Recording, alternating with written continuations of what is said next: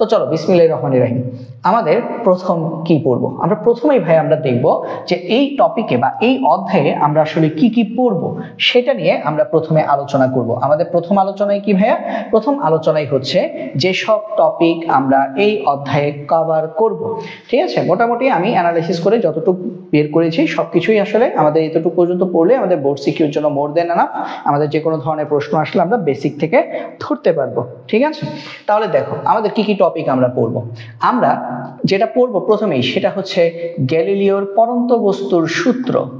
আমরা প্রথমেই যে জিনিসটা পড়বো সেটা হচ্ছে গ্যালিলিওর পরন্ত বস্তুর সূত্র। হ্যাঁ, আমরা গ্যালিলিওর পরন্ত বস্তুর 3টা সূত্র পড়বো। পরন্ত বস্তুর সূত্র পড়বো। তো এটা হচ্ছে আমাদের প্রথম টপিক। আমরা শুরুতেই আমরা পড়াশোনা করব গ্যালিলিওর পরন্ত বস্তুর 3টা সূত্র। ঠিক আছে, আচ্ছা, এটা গেল আমাদের টপিক নাম্বার 1। তারপর আমরা কি করব? Topic number 2। টপিক নাম্বার 2-এ আমরা আসলে সূত্র পড়বো এবং এই রিলেটেড আমরা 2-3টা ম্যাথ করব অবশ্যই। তারপর আমরা টপিক 2-এ আসলে আমরা কি পড়বো? টপিক 2-এ হচ্ছে আমরা পড়বো মহাকর্ষ সূত্র। মহাকর্ষ সূত্র, নিউটনের মহাকর্ষ সূত্র নিয়ে আমরা পড়াশোনা করব এবং মহাকর্ষ সূত্রেরই একটা পার্ট হচ্ছে অভিকর্ষজ ত্বরণ। তাহলে মহাকর্ষ সূত্র এবং অভিকর্ষজ ত্বরণ এই জিনিসটা আমাদের এই অধ্যায়ের ইনক্লুডেড আছে। ঠিক আছে, এটা আমরা পড়ব এবং তারপর আমরা কি পড়ব? তারপর আমরা 3 নাম্বার জিনিসে যেটা পড়ব সেটা হচ্ছে পৃথিবীর ঘনত্ব নির্ণয় করার কিছু জিনিস দেখব। সেটা আমাদের মহাকর্ষ সূত্রের ভেতরেই, তো লিখছি না। তারপর আমরা যেটা করব সেটা হচ্ছে আমাদের পৃথিবীর বা ভূপৃষ্ঠের ভিন্ন ভিন্ন জায়গায় ভূপৃষ্ঠের ভিন্ন ভিন্ন জায়গায়, সেটা ভূপৃষ্ঠ থেকে উচ্চতর স্থানে হতে পারে, মানে পাহাড়ে হতে পারে, বা ভূপৃষ্ঠ থেকে নিচে হতে পারে, মানে মাটির নিচে খনিতে হতে পারে, অথবা ভূপৃষ্ঠের ভিন্ন ভিন্ন অক্ষাংশে হতে পারে, 45 ডিগ্রি অক্ষাংশ, 40 ডিগ্রি অক্ষাংশ ইত্যাদি ভিন্ন ভিন্ন অক্ষাংশ হতে পারে। এরকম ভূপৃষ্ঠের ভিন্ন ভিন্ন, বা আমরা এভাবে বলতে পারি যে আমাদের ভূপৃষ্ঠের উপরে, আচ্ছা ভূপৃষ্ঠের উপরে লিখি, ভূপৃষ্ঠের উপরে জি নির্ণয় করার সূত্র শিখব ভূপৃষ্ঠ থেকে এইচ উচ্চতায়। তারপর আমরা যে জিনিসটা শিখবো সেটা হচ্ছে ভূপৃষ্ঠ থেকে এইচ উচ্চতায় অভিকর্ষজ ত্বরণ জি নির্ণয়, এটা আমরা শিখব। তারপর আমরা শিখব ভূপৃষ্ঠ থেকে এইচ গভীরতায় জি নির্ণয় সূত্র শিখব। এইচ গভীরতায় জি নির্ণয় সূত্র শিখব। তারপর আমরা শিখব ভূপৃষ্ঠের ভিন্ন ভিন্ন অক্ষাংশে ভূপৃষ্ঠের ভিন্ন ভিন্ন অক্ষাংশে জি নির্ণয় সূত্র শিখব। ভিন্ন ভিন্ন অক্ষাংশে জি নির্ণয় সূত্র শিখব। ঠিক আছে, জি এর আদর্শ মান তো আমরা অবশ্যই শিখব। তারপর আমরা যেটা শিখব সেটা হচ্ছে সরল দোলক নিয়ে আমরা পড়াশোনা করব। সরল দোলক ও এর ব্যবহার। সরল দোলক ও এর ব্যবহার। সরল দোলক ব্যবহার করে আমরা পাহাড়ের উচ্চতা নির্ণয় করতে পারি, খনির গভীরতা নির্ণয় করতে পারি, অন্য কোনো গ্রহের বা পাহাড়ের উপরে বা খনির ভেতরে পর্যায়কাল নির্ণয় করতে পারি। এই জিনিসগুলো নিয়ে আমরা আলোচনা করব। তারপর আমরা শিখব মহাকর্ষ প্রাবল্য, মহাকর্ষীয় প্রাবল্য শিখব এবং বিভব শিখব। মহাকর্ষীয় প্রাবল্য ও মহাকর্ষ বিভব, এই জিনিসগুলো নিয়ে আমরা পড়াশোনা করব। আমাদের এই অধ্যায়ের সবচেয়ে ফেভারিট একটা টপিক, মানে দোলকের মধ্যে আমরা সেকেন্ড দোলক নিয়ে পড়াশোনা করব। এটা একটু লিখে রাখি, সেকেন্ড দোলক। যে দোলকের পর্যায়কাল 2 সেকেন্ড তাকে আমরা বলি সেকেন্ড দোলক। যে দোলকের পর্যায়কাল 2 সেকেন্ড তাকে আমরা বলি সেকেন্ড দোলক। তাহলে আমরা সেকেন্ড দোলক নিয়ে পড়াশোনা করব। আজকে কি লাইভে কি খুব সমস্যা নাকি? লাইভে কি খুব সমস্যা আজকে? লাইভ কি আটকে আছে নাকি কোনো কারণে? দাদা তো একটু দেখি তো লাইভে আজকে কি বেশি সমস্যা করতেছে? আজকে ওয়াইফাই একটু সমস্যা, ওয়াইফাই আজকে বেশ ভালোই সমস্যা করতেছে। তো আমাকে একটু জানাও তো তোমরা। মাহফুজা মৌ, ওয়ালাইকুম আসসালাম। একটু ভাইয়া বলো তো তোমরা লাইভ ঠিকভাবে দেখতে পাচ্ছ কিনা? ভাইয়া কিন্তু অলরেডি 7টা পয়েন্ট লিখে ফেলছি, যদিও আমার এখানে আসলে চলছে না, আমার এখানে হচ্ছে চলছে না। তো তোমরা আমাকে একটু জানাও তো যে আসলে তোমরা দেখতে পাচ্ছ কিনা ঠিকঠাক সবকিছু। তোমরা সবকিছু ঠিকঠাক দেখতে পাচ্ছ কিনা? আমার এখানে মানে নেটের অবস্থা খুবই বাজে আজকে। ওয়ালাইকুম আসসালাম সারা। তো আমাকে একটু জানাও তো তোমরা আসলে সবকিছু দেখতে পাচ্ছ কিনা। আমি আসলে লাইভ, আমার এখানে লাইভ আটকে গেছে, আমি কিছুই দেখতে পাচ্ছি না, আমার লাইভ আমি দেখতে পাচ্ছি না। তো তোমরা আমাকে একটু জানাও যে তোমরা আসলে দেখতে পাচ্ছ কিনা।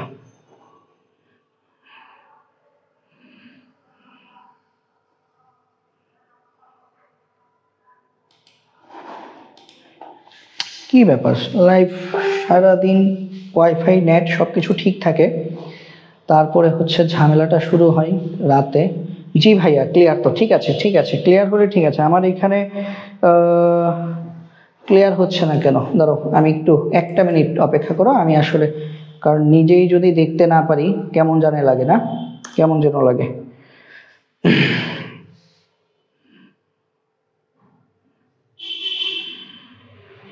হ্যাঁ ঠিক আছে, দেখতে পাচ্ছি। ঠিক আছে মাহফুজা এবং ঐশ্বর্যী, প্রবলেম নাই বলছো, ঠিক আছে। রাসেল, না ভাইয়া কোনো প্রবলেম নাই। অর্পা, ঠিক আছে প্রবলেম নাই, ওকে। কোনো প্রবলেম না থাকলে চলো আমরা আবার যাই, সমস্যা নাই।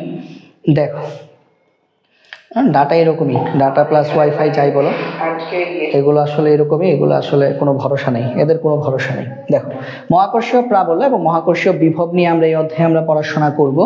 তারপর আমরা যেটা দেখব সেটা হচ্ছে আমাদের কৃত্রিম উপগ্রহ। হ্যাঁ, এটা সবচেয়ে গুরুত্বপূর্ণ, কৃত্রিম উপগ্রহ। এই যে কৃত্রিম উপগ্রহ, এটা হচ্ছে আমাদের এই অধ্যায়ের সবচেয়ে হট টপিক। এই অধ্যায়ের সবচেয়ে শর্ট টপিক হচ্ছে আমাদের কৃত্রিম উপগ্রহ। এটাকে তোমরা যতটা ইচ্ছা স্টার দিতে পারো, ঠিক আছে। কৃত্রিম উপগ্রহের মতোই, কৃত্রিম উপগ্রহের মধ্যে আমাদের কি পড়ে ভাইয়া? ভূস্থির উপগ্রহ। মানে এইটা থেকে সবচেয়ে বেশি সিকিউ আসে এই অধ্যায়ে, ভূস্থির উপগ্রহ, ঠিক আছে। ভূস্থির উপগ্রহ বা কৃত্রিম উপগ্রহ। তারপর এর বাইরে আমরা কি পড়বো? ফাইনালি আমরা ক্যাপলারের 3টা সূত্র পড়বো। ক্যাপলারের প্রথম সূত্র, ক্যাপলারের দ্বিতীয় সূত্র, ক্যাপলারের তৃতীয় সূত্র। তো সেটা আমি একটু এদিক করে লিখি। ফাইনালি আমরা কি পড়বো ভাইয়া? ফাইনালি আমরা পড়বো ক্যাপলারের সূত্র। এখানে একটু লিখে রাখি ক্যাপলার। হ্যাঁ, ক্যাপলারের সূত্র থেকে আমাদের সিকিউ আসার কোনো সম্ভাবনা নেই। আমাদের ক্যাপলারের সূত্র থেকে যেটা আসতে পারে, আমাদের ক অথবা খতে আমাদের আসতে পারে যে ক্যাপলারের প্রথম সূত্রটি ব্যাখ্যা করো, বিবৃত করো, ব্যাখ্যাটা বিবৃত করো, বা ক্যাপলারের দ্বিতীয় সূত্রটি বিবৃত করো, বা ক্যাপলারের তৃতীয় সূত্রটি বিবৃত করো। আর ক্যাপলারের তৃতীয় সূত্র দিয়ে আমাদের ম্যাথ আসতে পারে এমসিকিউতে। ক্যাপলারের তৃতীয় সূত্র দিয়ে লাস্ট একটা সিকিউ এসেছিল 2015 সালে। এখন কি 2024 চলে নাকি 2025 পরীক্ষা দিবে সামনে, মানে গত 10 বছরেও আমাদের ক্যাপলারের প্রথম সূত্র থেকে আমাদের হচ্ছে ক্যাপলারের সূত্র দিয়ে আমাদের কোনো ম্যাথ আসে নাই, ঠিক আছে। আচ্ছা কে জানে বলতেছো? আচ্ছা ইকরা বলছো, ইয়ামিম হামিদ স্যার আসসালামু আলাইকুম, কেমন আছেন? আলহামদুলিল্লাহ ভালো আছি। আতিকুল ইসলাম আদনান বলছো আসলে মেয়েরাই ঠিকঠাক মতো পড়াশোনা করে, আর তোরা বলো তোরা পড়াশোনা করিস না, ঠিক আছে। এটার মানে তো এটাই। কেন রে ভাই নিজেরে পচাস নিজে? আমি তো তোদের দলে, তাই না? তোরা কেন নিজে পচাস? আহা দেখো, তাহলে এটা হচ্ছে আমাদের 9। তাহলে এটা হচ্ছে আমাদের ক্যাপলারের সূত্র। ক্যাপলারের সূত্র হচ্ছে আমাদের 9। ক্যাপলারের সূত্র হচ্ছে আমাদের 9 নাম্বার টপিক। তো এগুলো হচ্ছে আমাদের মেইনলি আমাদের এই অধ্যায়ের চুম্বক অংশ বা গুরুত্বপূর্ণ টপিক, যে জিনিসগুলো আমরা এই আজকে, আগামীকাল এবং পরশু এই 3 দিনের ক্লাস আলোচনা করব। তো আজ এই 3 দিনে আমরা কি কি আলোচনা করব? গ্যালিলিওর পরন্ত বস্তুর সূত্র, মহাকর্ষ সূত্র, ভূপৃষ্ঠ থেকে এইচ উচ্চতায় জি নির্ণয়, ভূপৃষ্ঠ থেকে এইচ গভীরতায় জি নির্ণয়। তো ভাইয়া বেসিক্যালি আমার টার্গেট হচ্ছে, আমার ব্যক্তিগত টার্গেট আজকে আমরা এই 4 পর্যন্ত পড়বো। আমাদের পার্ট 1-এ আমরা ভূপৃষ্ঠ থেকে এইচ গভীরতায় জি নির্ণয় পর্যন্ত পড়বো, ঠিক আছে। তারপর আগামী ক্লাসে আমরা ভূপৃষ্ঠের ভিন্ন ভিন্ন অক্ষাংশে জি নির্ণয়, সরল দোলক এবং এর ব্যবহার, সাথে মহাকর্ষীয় প্রাবল্য, মহাকর্ষীয় বিভব পর্যন্ত পড়বো।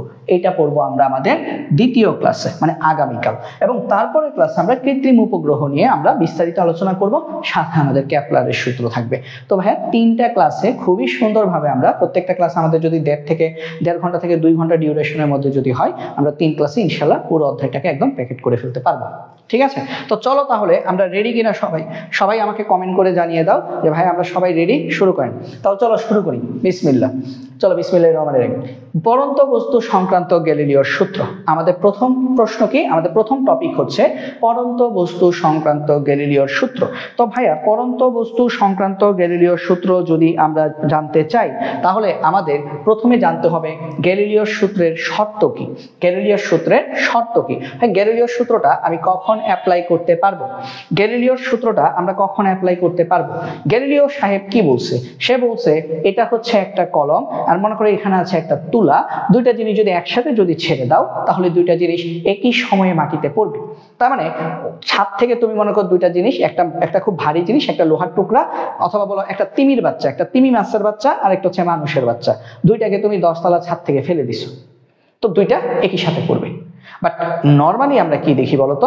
আমরা দেখি যে বেশি ভারী বা যে বেশি ঘন সে তাড়াতাড়ি পড়ে, আর যে হালকা সে আস্তে আস্তে পড়ে। যেমন আমি যদি একটা তুলা আর একটা কাঠ বা একটা তুলা আর একটা লোহার টুকরা আমি যদি একসাথে যদি ফেলি, আমরা দেখবো লোহার টুকরাটা অনেক আগেই পড়ে যাবে, তুলা পড়তে গিয়ে আবার বাতাসে একটু উপরে উঠবে, আবার নিচে নামবে, আবার একটু উপরে উঠবে, এবার ঢেউ ঢেউ ঢেউ ঢেউ খেলে তুলাটা হচ্ছে আস্তে আস্তে পড়বে। তাহলে খেয়াল করো গ্যালিলিওর সূত্র তাহলে কখন খাটে? গ্যালিলিও বলছে সমান সময়ে সমান নিচে নামবে। দুইটা জিনিস যদি একই উচ্চতা থেকে তুমি যদি ফেলে দাও তাহলে দুইটা জিনিস একই সাথে ভূমিতে পতিত হবে। কন্ডিশন কি? স্থির অবস্থা থেকে ফেলতে হবে এবং বাতাসের বাধাহীনভাবে ফেলতে হবে। কেন বলতো? কারণ বাতাসের বাধা যদি থাকে, বাতাস হালকা জিনিসকে কি করবে? অনেকক্ষণ পর্যন্ত বাধা দিয়ে উপরের দিকে ধরে রাখবে, আর ভারী জিনিসকে তো বাতাস বাধা দিয়ে রাখতে পারে না, তার মানে ভারী জিনিস তাড়াতাড়ি ফেলে পড়ে যাবে। বাট তুমি যদি বায়ু শূন্য স্থানে যদি পরীক্ষা করো, মানে যে একটা রুম নিলা, যে রুমের মধ্যে কোনো বাতাস নেই, তাহলে ওখানে তুমি একটি লোহার টুকরা এবং একটি তুলার টুকরা একসাথে ফেলে দিলে, একই সময় যদি ফেলে দাও, দুইটা একই সময়ে মাটিতে পতিত হবে। তাহলে গ্যালিলিওর সূত্রের জন্য আমাদের, গ্যালিলিওর পড়ন্ত বস্তুর জন্য আমাদের শর্ত হচ্ছে দুটি। শর্ত নাম্বার 1, স্থিরাবস্থা থেকে ফেলতে হবে। স্থিরাবস্থা থেকে ফেলতে হবে। স্থিরাবস্থা থেকে ফেলতে হবে। স্থিরাবস্থা থেকে ফেলতে হবে। স্থির অবস্থা মানে কি? আদিবেগ শূন্য, ইউ ইকুয়াল টু 0 হবে। আর 2 নাম্বার শর্ত কি? বাধাহীনভাবে, মুক্তভাবে ফেলতে হবে। তার মানে আমাদের সবগুলা 3টা সূত্র আছে গ্যালিলিওর। 3টা সূত্রের মধ্যে আমাদের প্রথম লাইনে কি লিখবো? আমরা লিখবো স্থিরাবস্থা থেকে মুক্তভাবে পড়ন্ত। স্থিরাবস্থা থেকে মুক্তভাবে পড়ন্ত। তাহলে 2 নাম্বার কন্ডিশন হচ্ছে মুক্তভাবে পড়তে হবে। মুক্তভাবে পড়তে হবে মানে কি? বাতাসের বাধা থাকবে না, বাতাসের বাধা থাকবে না। তাহলে যদি দুটি বস্তু বা একাধিক বস্তুকে আমরা যদি স্থিরাবস্থা অর্থাৎ আদিবেগ 0 মানে রেস্ট অবস্থা, বিশ্রাম করতেছে, ওখান থেকে যদি ফেলে দেই এবং বাতাসের বাধাহীনভাবে যদি ফেলি, তাহলে তারা সমান সময়ে সমান দূরত্ব অতিক্রম করবে। তাহলে এটাই হচ্ছে আমাদের সূত্র নাম্বার 1। তাহলে প্রথম সূত্র, এটা হচ্ছে আমাদের প্রথম সূত্র। প্রথম সূত্রটা কি? প্রথম সূত্রটা হচ্ছে সকল ভরের, যদি এই কন্ডিশন দুইটা যদি মেনে চলে, প্রথম সূত্র তাহলে হচ্ছে এটা, যে স্থিরাবস্থা থেকে মুক্তভাবে পড়তে দেওয়া সকল ভরের কমা সকল আকারের বস্তু সমান সময়ে সমান দূরত্ব অতিক্রম করবে। সকল আকারের বস্তু, সকল ভরের সকল আকারের বস্তু সমান সময়ে সমান সময়ে সমান দূরত্ব নিচে নামবে। এটার মানে কি? অর্থাৎ নিচে নামবে। এটার মানে হচ্ছে অর্থাৎ তুলা যদি টি সময়ে, এটা এমনি আমি লিখতেছি, হ্যাঁ, x দূরত্ব নামে, তাহলে লোহাও টি সময়ে x দূরত্ব নিচে নামবে। টি সময়ে x দূরত্ব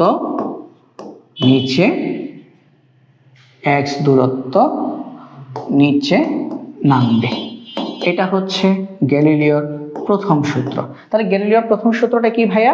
গ্যালিলিওর প্রথম সূত্রটা হচ্ছে স্থিরাবস্থা থেকে মুক্তভাবে পড়ন্ত সকল ভরের সকল আকারের বস্তু সমান সময়ে সমান দূরত্ব অতিক্রম করবে বা সমান সময়ে সমান দূরত্ব নিচে নামবে। অর্থাৎ তুলা যদি টি সময়ে x দূরত্ব নিচে নামে, তাহলে আমরা বলবো লোহাও টি সময়ে x দূরত্ব নিচে নামবে। তুমি আমি আমরা সবাই টি সময়ে x দূরত্ব নিচে নামবো। এটা দিয়ে আমাদের কোনো ম্যাথমেটিক্যাল সূত্র নাই, এখানে এই প্রথম সূত্রে কোনো ম্যাথমেটিক্যাল রূপ নাই। দ্বিতীয় সূত্রের জন্য আমরা দেখি, দ্বিতীয় এবং তৃতীয় সূত্রে ভাইয়া ম্যাথমেটিক্যাল রূপ আছে, মানে দ্বিতীয় এবং তৃতীয় সূত্র দিয়ে আমরা ম্যাথ করতে পারি। ঠিক আছে, তাহলে দ্বিতীয় সূত্রটা কি ভাইয়া বলো? দ্বিতীয় সূত্র হচ্ছে আমাদের এই যে স্থিরাবস্থা থেকে মুক্তভাবে পড়ন্ত বস্তুর নির্দিষ্ট সময়ে প্রাপ্ত বেগ ওই সময়ের সমানুপাতিক। সূত্র কি? নির্দিষ্ট সময়ে প্রাপ্ত বেগ ওই সময়ের সমানুপাতিক। নির্দিষ্ট সময়ে প্রাপ্ত বেগ ওই সময়ের সমানুপাতিক। এটার মানে কি? দেখো, নির্দিষ্ট সময়ে প্রাপ্ত বেগ মানে কি? ভি। বেগ মানে হচ্ছে আমাদের ভি কার সমানুপাতিক? সময়ের সমানুপাতিক। তার মানে এখানে আমরা কি বুঝলাম? এখানে আমরা বুঝলাম অর্থাৎ ভি সমানুপাতিক টি। এটা হচ্ছে দ্বিতীয় সূত্র। ভি হচ্ছে সময়, টি হচ্ছে সময় এবং ভি হচ্ছে ওই নির্দিষ্ট সময়ে প্রাপ্ত বেগ। তাহলে এখান থেকে আমরা বুঝলাম অর্থাৎ এটা যদি ম্যাথমেটিক্যাল রূপ যদি দাঁড় করাই, সবসময় মনে রাখবা সমানুপাতিকের সূত্র ভাগের হয় আর ব্যস্তানুপাতিকের সূত্র গুণের হয়। তাহলে এখানে ভাগের সূত্র আসবে। ভাগের সূত্র মানে কি? ভাগের সূত্র হচ্ছে v1/v2 সমান t1/t2। এটা হচ্ছে আমাদের দ্বিতীয় সূত্রের ম্যাথমেটিক্যাল রূপ। এটা হচ্ছে দ্বিতীয় সূত্রের ম্যাথমেটিক্যাল রূপ, v1/v2 সমান t1/t2। এটা দিয়ে আমরা ম্যাথ করব। ভাই কি ধরনের ম্যাথ আসে? এটা দিয়ে কি সিকিউ আসে? না ভাই, এটা দিয়ে সিকিউ আসবে না, এটা দিয়ে আমাদের এমসিকিউ আসবে এবং এডমিশনের সময় আমাদের অঙ্ক আসবে। তাহলে এটা আমরা মনে রাখবো, এটা মনে রাখবো কিসের জন্য? For MCQ. এটা ম্যাথ আমরা এখন করব একটু পরে। আরেকটা তৃতীয় সূত্র দেখো, তৃতীয় সূত্রে কি বলেছে? তৃতীয় সূত্রে বলেছে তোমার এই যে স্থিরাবস্থা থেকে মুক্তভাবে পড়ন্ত বস্তুর নির্দিষ্ট সময়ে অতিক্রান্ত দূরত্ব, মানে যতটুকু নিচে নামবে নির্দিষ্ট সময়ে অতিক্রান্ত দূরত্ব। এখন নিচের দিকে নামলে দূরত্ব এস হবে না, নিচের দিকে নামলে দূরত্ব হবে হাইট, মানে এইচ। ওই সময়ের মানে টি এর সময় মানে কি? টি। ওই সময়ের বর্গের সমানুপাতিক।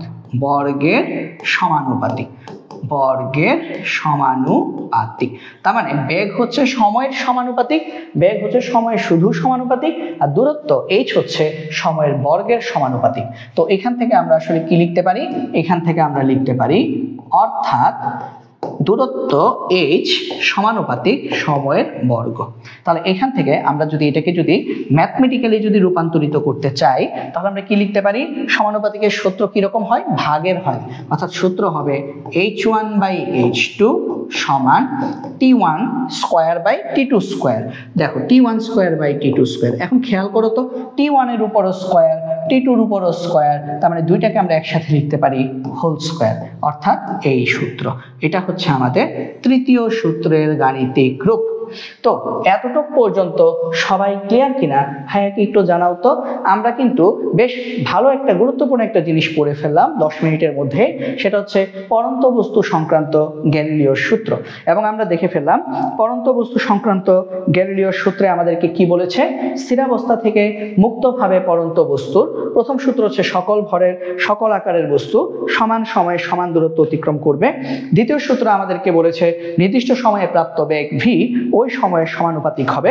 এবং তৃতীয় সূত্রে আমাদেরকে বলেছে নির্দিষ্ট সময়ে অতিক্রান্ত দূরত্ব h ওই সময়ের বর্গের সমানুপাতিক হবে। তো আমি দেখতে পাচ্ছি অর্পা এবং ঐশ্বর্যী কমেন্ট করেছো। আচ্ছা জি ভাইয়া, ক্লিয়ার, তাহলে ঠিক আছে। তো আশা করি বাকিরাও কমেন্ট করবে। এবং আমি আরেকটা কথা বলি, আজকে কিন্তু এত ঠান্ডা না, আজকে কিন্তু ভালো রৌদ্রোজ্জ্বল আবহাওয়া ছিল।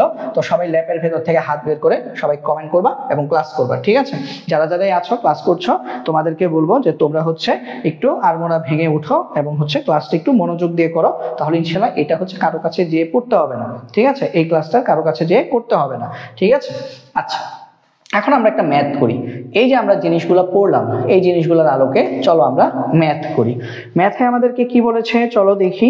আমাদেরকে ম্যাথের মধ্যে আমাদেরকে বলেছে যে আমাদের ভূপৃষ্ঠে মুক্তভাবে পড়ন্ত বস্তুর 3 সেকেন্ডে প্রাপ্ত বেগ 15 মিটার পার সেকেন্ড হলে 5 সেকেন্ডে প্রাপ্ত বেগ কত? আগে এটা বের করি, তারপর বলছে প্রথম 10 সেকেন্ডে অতিক্রান্ত মোট দূরত্ব কত। ওটা পরে যাই, প্রথম 10 সেকেন্ডে অতিক্রান্ত মোট দূরত্ব কত সেটা আমি একটু পরে যাই। আগে আমি এটা খেয়াল করে দেখি, দেখো 3 সেকেন্ডে প্রাপ্ত বেগ 15 মিটার পার সেকেন্ড।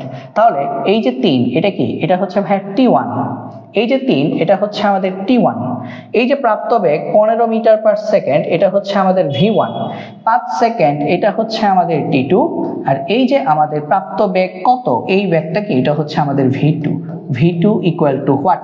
তাহলে ফর্মুলা কি হবে ভাইয়া, এটা হচ্ছে দ্বিতীয় সূত্র তাই না, নির্দিষ্ট সময়ে প্রাপ্ত বেগ ওই সময়ের সমানুপাতিক। তাহলে আমাদের ফর্মুলাটা হবে, লিখবো আমরা জানি v1 বাই v2 সমান t1 বাই t2। ফর্মুলা হচ্ছে এটা, v1 বাই v2 সমান t1 বাই t2। বাট আমি বের করব কি ভাইয়া, v2 বের করব। তাহলে আমি উল্টে দেই, v2 বাই v1 সমান আমি লিখতে পারি t2 বাই t1। উদ্দেশ্য কি, v2 বের করব। তাহলে v2 সমান কত আসবে, t2 বাই t1, t2 এটা হবে আমাদের t2, এটা হচ্ছে t2 divided by t1 into v1। তাহলে আমাদের কত আসবে, v2 সমান, আমাদের v2 সমান আসবে t2 কত, t2 হচ্ছে 5 সেকেন্ড, t1 কত 3 সেকেন্ড, তাহলে 5/3 ইন্টু v1 কত 15। তাহলে এটা হিসাব করলে আমাদের কত আসে, ব্র্যাকেটের দরকার নাই, আমরা যদি কাটি 3 আর 15 কাটলে 5, 3 5 15, তাহলে 5 5 কত 25। তাহলে সুতরাং আমার বেগ v2 আমাদের কত আসবে, 25 মিটার পার সেকেন্ড।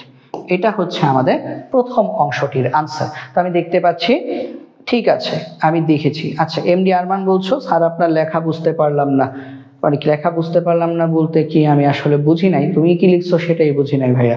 মানে লেখা বুঝতে পারলাম বলতে হাতের লেখা বুঝতে পারো নাই, নাকি হচ্ছে আমি কি বলছি সেটা বুঝতে পারো নাই, সেটা আগে বলো। হ্যাঁ, হাতের লেখা তো বুঝতে না পারার কথা না, সবাই বুঝতেছে, কিভাবে বুঝবা না তুমি। আচ্ছা অর্পার উত্তর সঠিক, ঐশ্বর্যের উত্তর সঠিক, ঠিক আছে। তারপরে আমরা দেখি আমাদের পরের অংশটা আমাদেরকে কি বলেছে। পরের অংশে বলেছে 10 সেকেন্ডে অতিক্রান্ত দূরত্ব কত, প্রথম 10 সেকেন্ডে অতিক্রান্ত মোট দূরত্ব কত। তাহলে প্রথম 10 সেকেন্ডে অতিক্রান্ত মোট দূরত্ব কত, এটা কি আমি আসলে প্রশ্নটা কি ঠিক লিখছি কিনা আমি একটু বুঝে নিই, হয়তোবা আবেগে হয়তোবা লিখে ফেলছি, দেখি। তাহলে আমাদের v2 হচ্ছে 25 মিটার পার সেকেন্ড, 5 সেকেন্ড সময়ে আমরা একটা কাজ করব, এখানে আমাদের প্রথম 10 সেকেন্ডে অতিক্রান্ত দূরত্ব কত সেটা সমান আমরা এভাবে করতে পারি, এটা সমান আমরা লিখতে পারি s ইকুয়াল টু vt, ওই সূত্র দিয়ে করতে পারি যেখানে t এর মান কত 10 second, s equal to vt যেখানে t এর মান হচ্ছে 10 সেকেন্ড। বাট কথা হচ্ছে তুমি ভাই এখন পর্যন্ত 5 সেকেন্ডে প্রাপ্ত বেগ বের করেছো, তুমি কিন্তু 10 সেকেন্ডে প্রাপ্ত বেগ কিন্তু বের করতে পারো নাই। তাহলে প্রথম কাজ কি করতে হবে, তুমি আবার এই দ্বিতীয় সূত্রটা দিয়ে তুমি 10 সেকেন্ডে প্রাপ্ত বেগ বের করবা। তাহলে আমরা লিখি আবার দেখো, আবার তুমি এটা কত পেয়েছো, t2 সমান কত 5 সেকেন্ড।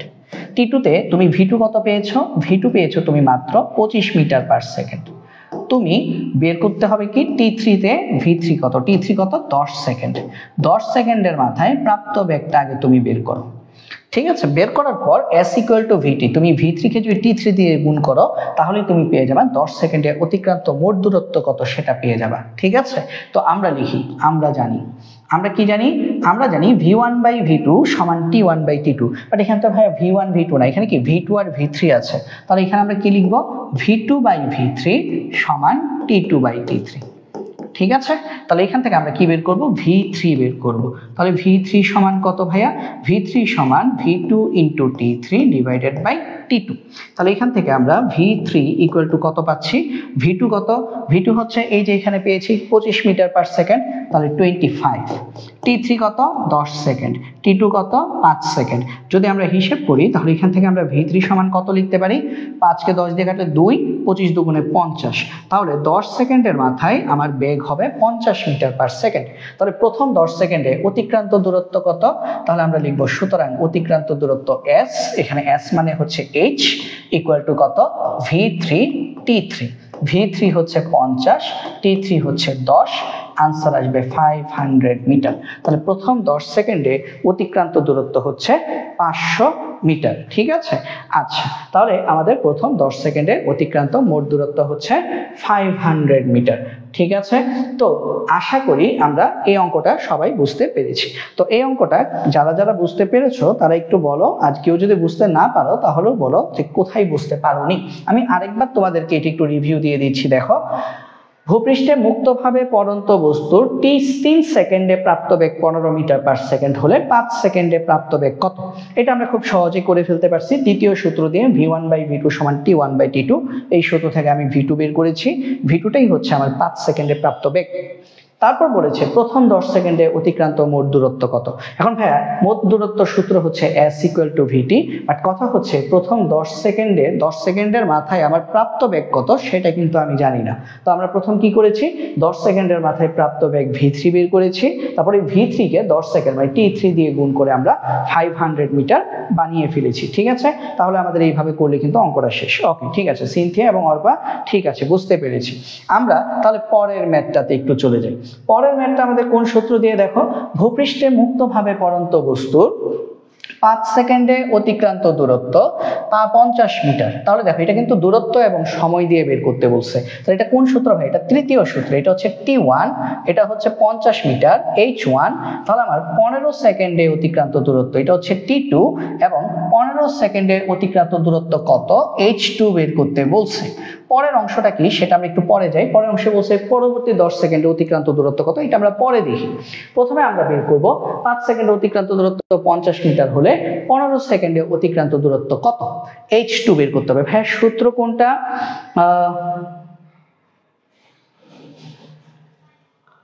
আচ্ছা সিনথিয়া বলছো s = vt হয় যদি সমবেগে হয়, এখানে তো সমবেগে বলা নাই।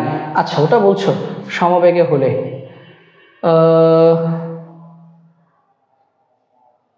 আচ্ছা ওটা বলছো যে s = vt হয় সমবেগে হলে, এখানে তো সমবেগে বলা নাই। হ্যাঁ ঠিকই বলেছো। আচ্ছা ঠিক আছে, এটা মনে হয় প্রশ্নে আমার কোথাও বোধহয় একটু গোলমেল ছিল, যার কারণে আসলে আমি প্রশ্নটা হয়তো মিলাইতে পারি নাই। এটা বাদ দাও, এটা এতটুকুই রেখে দাও। হ্যাঁ, এটা প্রথম অঙ্কটা দেখো, প্রথম অঙ্কটা তোমরা একটু কষ্ট করে এই জায়গাটা একটু কেটে দাও, কারণ প্রথম অঙ্কের প্রশ্নটা হয়তো বা ওভাবে মিলে নাই। তো প্রথম অঙ্কের প্রশ্নটা তোমরা বাদ দাও, প্রথম অঙ্কে শুধু v2 বের করো। হ্যাঁ ঠিক আছে, হ্যাঁ কারণ হচ্ছে কি এটা কিন্তু সমবেগ না, এটা কিন্তু সমবেগ না, এটা কিন্তু অসমবেগের ম্যাথ। ওকে, এটা সমবেগের ম্যাথ না, এটা হচ্ছে আমাদের অসমবেগের ম্যাথ। তো এটা এইভাবে না করাটাই আসলে বেটার। তাহলে দেখো প্রথম অঙ্কটা আমরা এই প্রশ্নের অংশটাই আমরা স্কিপ করি। ঠিক আছে, এই প্রশ্নটার অংশটাই আমরা স্কিপ করি। এটা আমার অনেক আগে বানানো স্লাইড, তো তখন আসলে কোত্থেকে আসলে বানাইছি আমি নিজেও এখন খেয়াল করতে পারতেছি না। আচ্ছা দেখো, তাহলে প্রথমটা আমরা এতটুকু রাখি। হ্যাঁ, এবং প্রথমটার জন্য আমরা একটা কাজ করি, আমরা হচ্ছে এই জায়গাটা মুছে ফেলি, এটা নাই প্রশ্নে। ঠিক আছে, এটা নাই, এটা বাদ, এটাকে বাকি রাখো, এটা বাদ। ঠিক আছে, এটা থাকুক, শুধু এতটুকু থাকুক, বাকি অংশটার দরকার নেই। আচ্ছা দেখো, এটাতে দেখো 2 নাম্বারটা দেখো, 2 নাম্বার ঠিক আছে। হ্যাঁ 2 নাম্বার প্রশ্নটা ঠিক আছে, 2 নাম্বার প্রশ্নটা একদম ঠিক আছে। দেখো ভূপৃষ্ঠে প্রথম আমরা h2 বের করবো। তো ফর্মুলা কি ভাইয়া? ফর্মুলা হচ্ছে আমরা জানি h1/h2 কার সময়ের বর্গের সমানুপাতিক, তার t1/t2 হোল স্কয়ার। হ্যাঁ বের করবো কি h2 বের করবো, তাহলে আমরা লিখবো বা h2/h1 উল্টে দিলাম, তাহলে এটা হবে কি t2/t1 হোল স্কয়ার। তারপর লাইনে আমরা কি লিখবো, বা h2 বের করবো, h2 = t2/t1 whole square into h1। তাহলে এখান থেকে আমরা h2 = কি পাচ্ছি বলো, t2 কত, t2 হচ্ছে 5 সেকেন্ড আর 15 সেকেন্ড, তাহলে t2 হচ্ছে 15, t1 হচ্ছে 5 হোল স্কয়ার ইন্টু h1 কত ভাইয়া, প্রথম 5 সেকেন্ডে অতিক্রান্ত দূরত্ব 50 মিটার 50। তাহলে এখান থেকে আমরা h2 পেয়ে যাচ্ছি। চলো দেখি h2 আমরা কত পাই। h2 আমরা পাচ্ছি 15 কে 15 দিয়ে কাটলে হচ্ছে 3 কে স্কয়ার করলে 9, 9 কে 50 দিয়ে গুণ করলে 450। তাহলে প্রথম 15 সেকেন্ডে অতিক্রান্ত দূরত্ব 450 মিটার।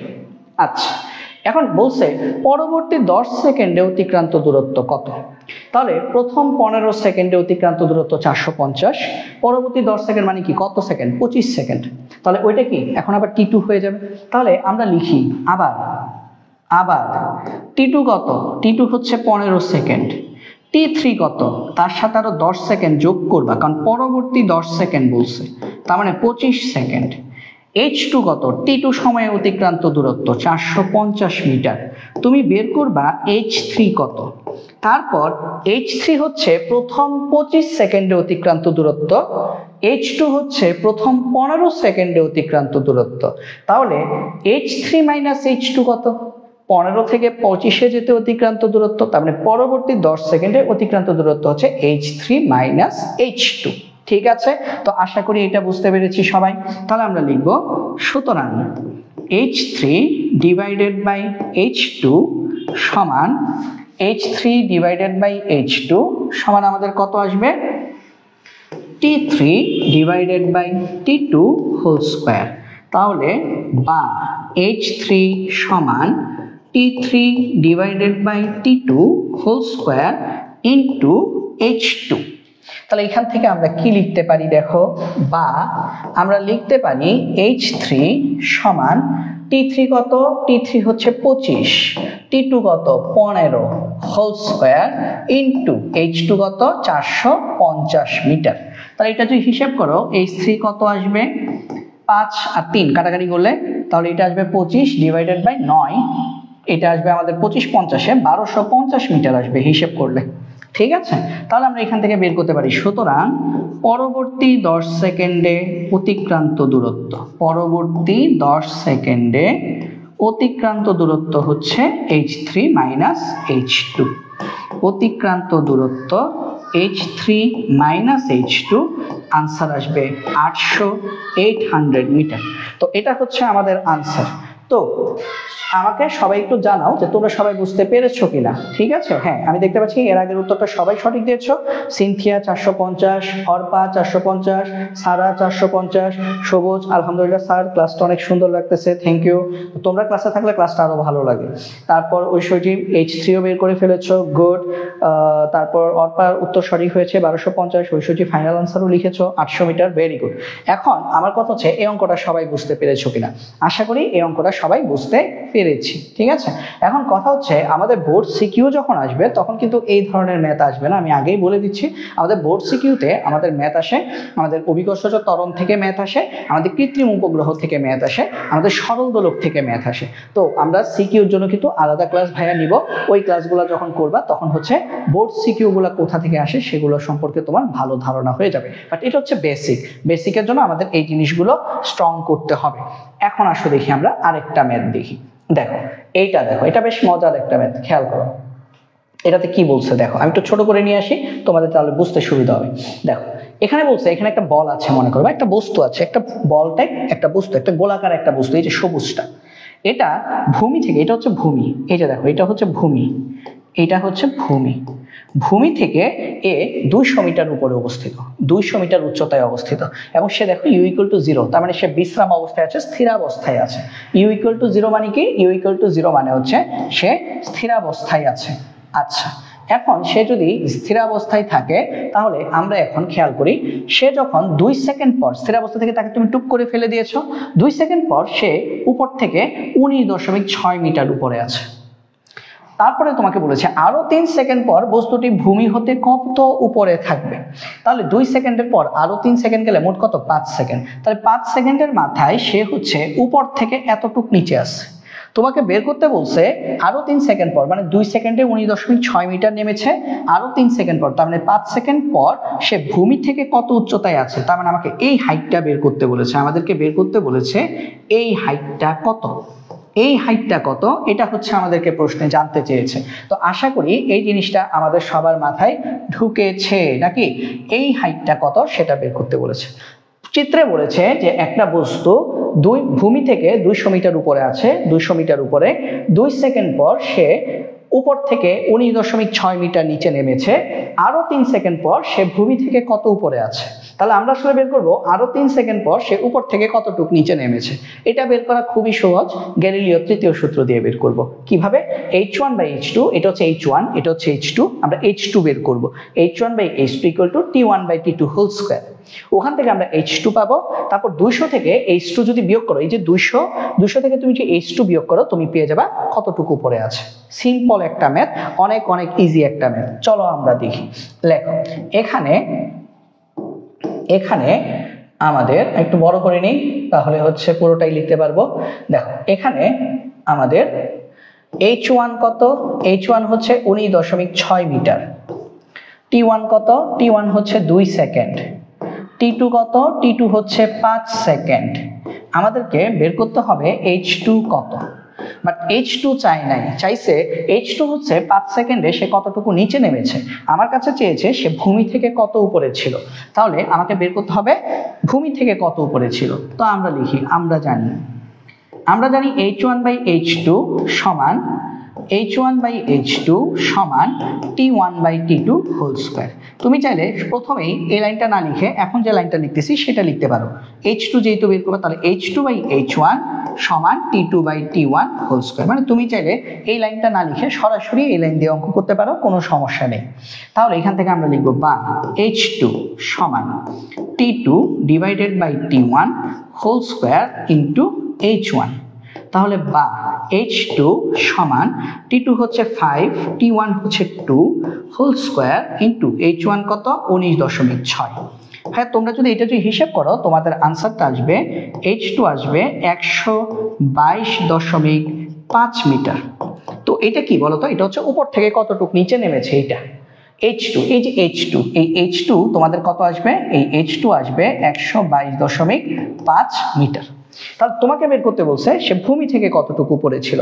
ভূমি থেকে এটা দূরত্ব কত ছিল? 200 মিটার। তাহলে সুতরাং ভূমি থেকে দূরত্ব কত ছিল? ভূমি থেকে উচ্চতা।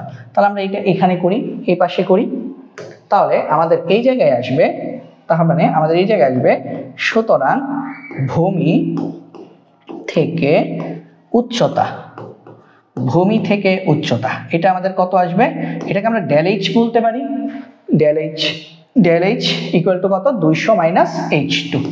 Del H equal to 200 minus h2। ভূমি থেকে উচ্চতা del H equal to 200 minus h2।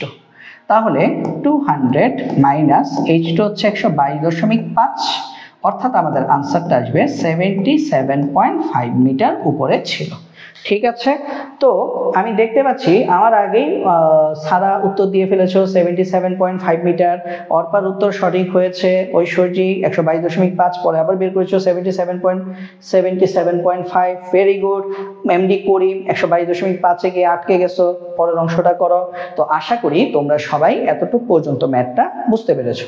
তো এই ম্যাথে কারো কোনো কোয়েশ্চেন থাকলে ভাইয়াকে একটু বলো।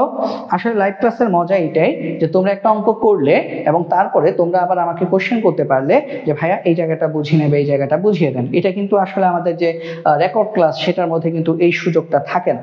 তো আমাকে একটু সবাই একটু বলো, হ্যাঁ এমডি করিম উত্তর সঠিক হয়েছে 77.5। আমাকে বলো এতটুকু পর্যন্ত সবাই ক্লিয়ার কিনা। ঠিক আছে ঐশ্বর্যী, ক্লিয়ার। ওকে, তাহলে চলো আমরা পরে যাই। তো আমাদের গ্যালিলিওর পরন্ত বস্তুর সূত্র থেকে আমাদের এই ছিল আমাদের বেসিক।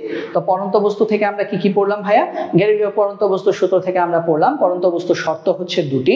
স্থিরাবস্থা থেকে পড়তে হবে, অর্থাৎ ইউ সমান 0 হতে হবে, এবং আমাদের বাতাসের বাধাহীনভাবে অর্থাৎ মুক্তভাবে পড়তে হবে। আর এই ক্ষেত্রে আমরা তিনটা সূত্র পাই। সূত্র 1, প্রথম সূত্র হচ্ছে আমাদের যে স্থিরাবস্থা থেকে মুক্তভাবে বা বিনা বাধায় পড়তে দেওয়া সকল বস্তু, সকল আকারের সকল ভরের বস্তু সমান সময়ে সমান দূরত্ব অতিক্রম করে। অর্থাৎ একটা তুলা যতক্ষণ সময় লাগবে মাটিতে পড়বে, একটা লোহার টুকরো ঠিক সেম সময় লাগবে মাটিতে পড়তে। স্থিরাবস্থা থেকে মুক্তভাবে পড়তে হবে। 2 নম্বর সূত্র আমরা দেখেছি যে নির্দিষ্ট সময়ে প্রাপ্ত বেগ v ওই সময় t এর সমানুপাতিক, অর্থাৎ v সমানুপাতিক t, এবং এখান থেকে আমরা ফর্মুলা পেয়েছি v1/v2 সমান t1/t2। 3 নম্বর সূত্রে আমরা দেখেছি নির্দিষ্ট সময়ে অতিক্রান্ত দূরত্ব h ওই সময়ের বর্গের সমানুপাতিক, অর্থাৎ h1/h2 = t1/t2 হোল স্কয়ার। এবং এই রিলেটেড আমরা বেশ কিছু ম্যাথ দেখলাম, আশা করি সবার কনসেপ্ট ক্লিয়ার হয়ে গিয়েছে। ওকে, ঠিক আছে, ঐশ্বর্যী, অর্পা, করিম এবং সারা সবাই ক্লিয়ার। ওকে, গুড। তাহলে চলো এখন আমরা মহাকর্ষতে যাই। মহাকর্ষ কনসেপ্টটা খুবই সহজ, এটা আমরা 9, 10-এও পড়েছি, আবার একবার দেখছি। মহাকর্ষ সূত্র দিয়েছে বিজ্ঞানী নিউটন। মহাকর্ষ সূত্রে বিজ্ঞানী নিউটন কি বলেছেন? মহাকর্ষ সূত্রে বিজ্ঞানী নিউটন এরকম কথা বলেছেন যে মনে করো এখানে একটা গোলাকার একটা বস্তু আছে এবং মনে করো এখানে একটা গোলাকার বস্তু আছে। এই দুইটা গোলাকার বস্তুর মধ্যে যে আকর্ষণ বল, মনে করো এর ভর হচ্ছে m1 এবং এই বস্তুর ভর হচ্ছে m2, তাহলে তাদের মধ্যে একটা আকর্ষণ বল কাজ করবে। তিনি বলেছেন এই যে আকর্ষণ বল F তাদের মধ্যে কাজ করে, এই আকর্ষণ বল বস্তু দুটির ভরের গুণফলের সমানুপাতিক। তার মানে এই বস্তু দুইটার ভর সমানুপাতিক মানে কি? তাদের গুণফল বাড়লে F বাড়বে, অর্থাৎ এই দুইটা বস্তু যত বড় হবে, যত তার ভর বেশি হবে, তাদের মধ্যে আকর্ষণ বল তত বেশি হবে। তাহলে বলো দুটি পিঁপড়ার মধ্যে যে আকর্ষণ বল, দুইটা তিমি মাছের মধ্যে আকর্ষণ বল কি হবে? তার থেকে অনেক বেশি হবে। এটাই কি কারণ যে অনেক সময় আমরা দেখি না যে সঙ্গিনীর খোঁজে, কিছুদিন আগে একটা, এই যে গত 2-3 দিন ধরে ঘুরতেছে একটা নিউজ ফিডে একটা খবর যে সঙ্গিনীর খোঁজে একটা পুরুষ তিমি 3টা মহাসাগর পাড়ি দিছে, প্রায় 13,000 কিলোমিটার পাড়ি দিছে। কেন? তাদের আকর্ষণ বল বেশি, নাকি? তাহলে দেখো মহাকর্ষ সূত্র দিয়ে কিন্তু তাদের ভালোবাসার বিষয়টা কিন্তু আমরা বুঝে ফেলছি। পিঁপড়া যদি একটা সঙ্গিনী যদি হারায় যায়, ও টেরও পাবে না, ও থাক আরেকটা পিঁপড়া প্লে বয়ের মতো, ওর অত টাইম নেই। কিন্তু তিমি দেখো ওদের লাইফ টাইমে একজনই সঙ্গিনী থাকে, এবং কোনো একজন যদি মারা যায় বা হারিয়ে যায়, আরেকজন তাকে খোঁজে, আর সে যদি জানতে পারে সে মারা গেছে, তাহলে তিমি নিজে খুব সাগরের গভীরে চলে যায় এবং আত্মহত্যা করে। এটা খুবই এটা হচ্ছে তিমির মতো সহজ কথা। কাউকে যদি ভালোবাসতে হয় তিমির মতো ভালোবাসো, সে যেই হোক, ঠিক আছে? এখন তোমরা তো ভালোবাসো বললেই তোমরা খালি উল্টাপাল্টা বুঝো। ভালোবাসা বললেই আসলে ভাই ওই ভালোবাসা না, ওইটা তো হারাম, ওইটা না, ওইটা ভালোবাসা না। আচ্ছা দেখো, তাহলে খেয়াল করো, তাহলে m1 এবং m2 দুটি বস্তুর মধ্যে যে আকর্ষণ বল সেটা হচ্ছে তাদের ভরের গুণফলের সমানুপাতিক। এটার মানে কি? এটার মানে হচ্ছে অর্থাৎ ভর যত বেশি আকর্ষণ বল F তত বেশি, ঠিক আছে? আর ভর যত কম, ভর কমলে আকর্ষণ বল কমে, তার মানে ভর বাড়লে আকর্ষণ বল বাড়ে, ভর কমলে আকর্ষণ বল কমে। আরেকটা কথা বলেছে, তাদের সেন্টার থেকে সেন্টার যে দূরত্ব, এটাকে আমরা বলি আর। এই দূরত্ব যত বাড়বে আকর্ষণ তত কমবে। খেয়াল করো, তোমরা যখন স্কুলে পড়তে, তোমার স্কুল ফ্রেন্ডরা যারা ছিল তাদের সাথে তুমি প্রত্যেকদিন তুমি এক টেবিলে বসতে, এক ক্লাসে ক্লাস করতে, তোমাদের মধ্যে একটা বন্ডিং ভালো ছিল। এখন যখন কলেজে উঠেছো, মনে করো তোমরা দুইজন বেস্ট ফ্রেন্ড ছিলে স্কুলে, বাট এখন 2 কলেজে চলে গিয়েছো। এখন কি দুজনের মধ্যে দূরত্ব বেড়ে গেছে না? চাইলেও এখন হচ্ছে আগের মতো দেখা হয় না। বন্ডিং ঠিক আছে, হয়তো আগের মতোই আছে, বাট চাইলেও এখন আগের মতো 24 ঘন্টা একসাথে থাকতে পারছো না। তার মানে দূরত্ব বেড়ে গেছে, আকর্ষণ কমে যাচ্ছে। তাহলে মানুষের মধ্যে যেমন দূরত্ব বেড়ে গেলে আকর্ষণ কমে যায়, ঠিক তেমনি মহাকর্ষ সূত্রের বেলাও তাই। দুটি বস্তুর মধ্যে দূরত্ব যত বেশি হবে, তাদের মধ্যে আকর্ষণ তত কমে যাবে। এবং ম্যাথ করে দেখা গিয়েছে এই আকর্ষণ বলটা হচ্ছে দূরত্বের শুধু ব্যস্তানুপাতিক নয়, বর্গের ব্যস্তানুপাতিক। অর্থাৎ দূরত্ব যদি বাড়ে, দূরত্ব বাড়লে আকর্ষণ বল কমে। এই জন্যই দেখো না ক্লোজ আপ কাছে আসার গল্প বলে, তাই না? ক্লোজ আপ কাছে আসার গল্পে কি বলে? কাছে আসতেছে। যদিও এইসব না দেখাই ভালো। এগুলো আসলে সব হচ্ছে কি, এগুলো সব হচ্ছে হারাম জিনিসপত্র। এগুলো দিয়ে আসলে আমাদের মাথা টাকা নষ্ট করে, নাকি? এগুলো দেখবে না কেউ, সবাই পড়াশোনা করবে। দেখো, তাহলে দূরত্ব যত বাড়ে আকর্ষণ বল তত কমে। আরেকটা হচ্ছে দূরত্ব যত কমে আকর্ষণ বল তত বাড়ে। দূরত্ব যত কমে আকর্ষণ বল তত বাড়ে, ঠিক আছে? তাহলে আমরা এই দুইটা জিনিসকে কম্বাইন করেই বিজ্ঞানী নিউটন তার বিখ্যাত মহাকর্ষ সূত্র প্রদান করেন। বিজ্ঞানী নিউটনের মহাকর্ষ সূত্র যদি আসে পরীক্ষায় কিভাবে আসবে ভাইয়া? জ্ঞানমূলক প্রশ্নে আসতে পারে, মহাকর্ষ সূত্রটি বিবৃত করো। মহাকর্ষ সূত্রটি বিবৃত করতে বলে 3টা পয়েন্ট লিখে দিবা। বলবা যে পৃথিবী মহাবিশ্বে যে কোনো দুটি বস্তুর মধ্যে আকর্ষণ বল বস্তুদের ভরের গুণফলের সমানুপাতিক, দূরত্বের বর্গের ব্যস্তানুপাতিক, এবং এই আকর্ষণ বল তাদের সংযোজক সরল রেখা বরাবর ক্রিয়া করে। যেমন মনে করো এখানে একটা বস্তু, এইখানে একটা বস্তু আছে, আকর্ষণ বল কখনোই এইভাবে যাবে না, আকর্ষণ বল কখনোই এইভাবে ক্রিয়া করবে না। আকর্ষণ বল ক্রিয়া করবে তাদের সংযোজক সরল রেখা বরাবর, এইভাবে ক্রিয়া করবে। অর্থাৎ আমরা বলতে পারি সরণ বরাবর ক্রিয়া করবে। ন্যূনতম দূরত্ব, তাদের দুজনের মধ্যে ন্যূনতম যে দূরত্ব, সেই দূরত্বে আকর্ষণ বল ক্রিয়া করবে। ঠিক আছে, মানে আকর্ষণ বল ক্রিয়া করবে, মনে করো মাঝখানে কোনো যদি বাধাও থাকে সোজা পথে, সেই বাধা অতিক্রম করে আকর্ষণ বল ক্রিয়া করবে। কোনো বাধা দিয়ে তুমি আকর্ষণ বলকে ফিরিয়ে রাখতে পারবে না। যেমন মনে করো তাদের দুজনের মধ্যে মনে করো এরকম একটা দেয়াল আছে, এখানে একটা বস্তু, এখানে একটা বস্তু, তা সত্ত্বেও তাদের মধ্যে আকর্ষণ বলটা এই দেয়াল ভেদ করেই কাজ করবে। মানে দেয়াল আছে বলে আকর্ষণ বল এইভাবে যে এভাবে যাবে, ব্যাপারটা ওই রকম না। তাদের মধ্যে আকর্ষণ বল সবসময় সংযোজক সরলরেখা বরাবর ক্রিয়া করবে। তাহলে মহাকর্ষ সূত্র যদি পরীক্ষায় যদি আসে প্রশ্ন হিসেবে, তাহলে মহাকর্ষ সূত্রের বিবৃতিতে আমরা কি লিখব? আমরা লিখব মহাবিশ্বের যে কোনো দুটি বস্তুর মধ্যে আকর্ষণ বল বস্তুদ্বয়ের ভরের গুণফলের সমানুপাতিক, দূরত্বের বর্গের ব্যস্তানুপাতিক, এবং এই আকর্ষণ বল বস্তুদ্বয়ের সংযোজক সরলরেখা বরাবর ক্রিয়া করে।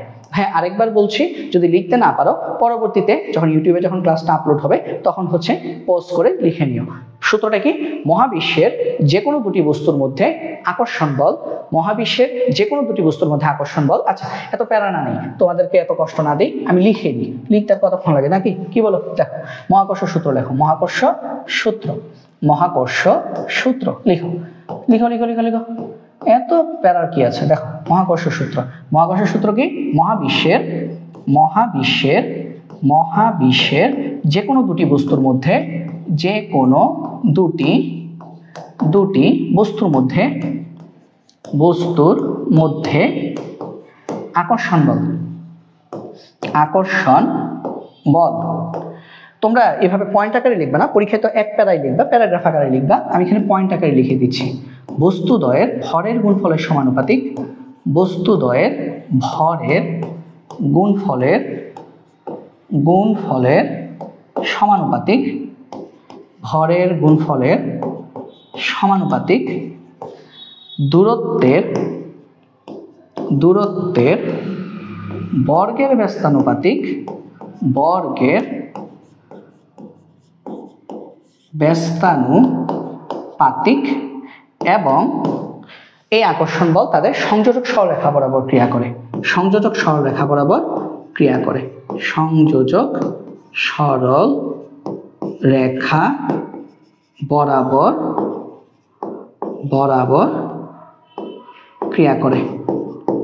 ক্রিয়া করে। এটা হচ্ছে মহাকর্ষ সূত্র। ঠিক আছে, তো সবাই বুঝতে পেরেছো আশা করছি। তাহলে মহাকর্ষ সূত্র কি?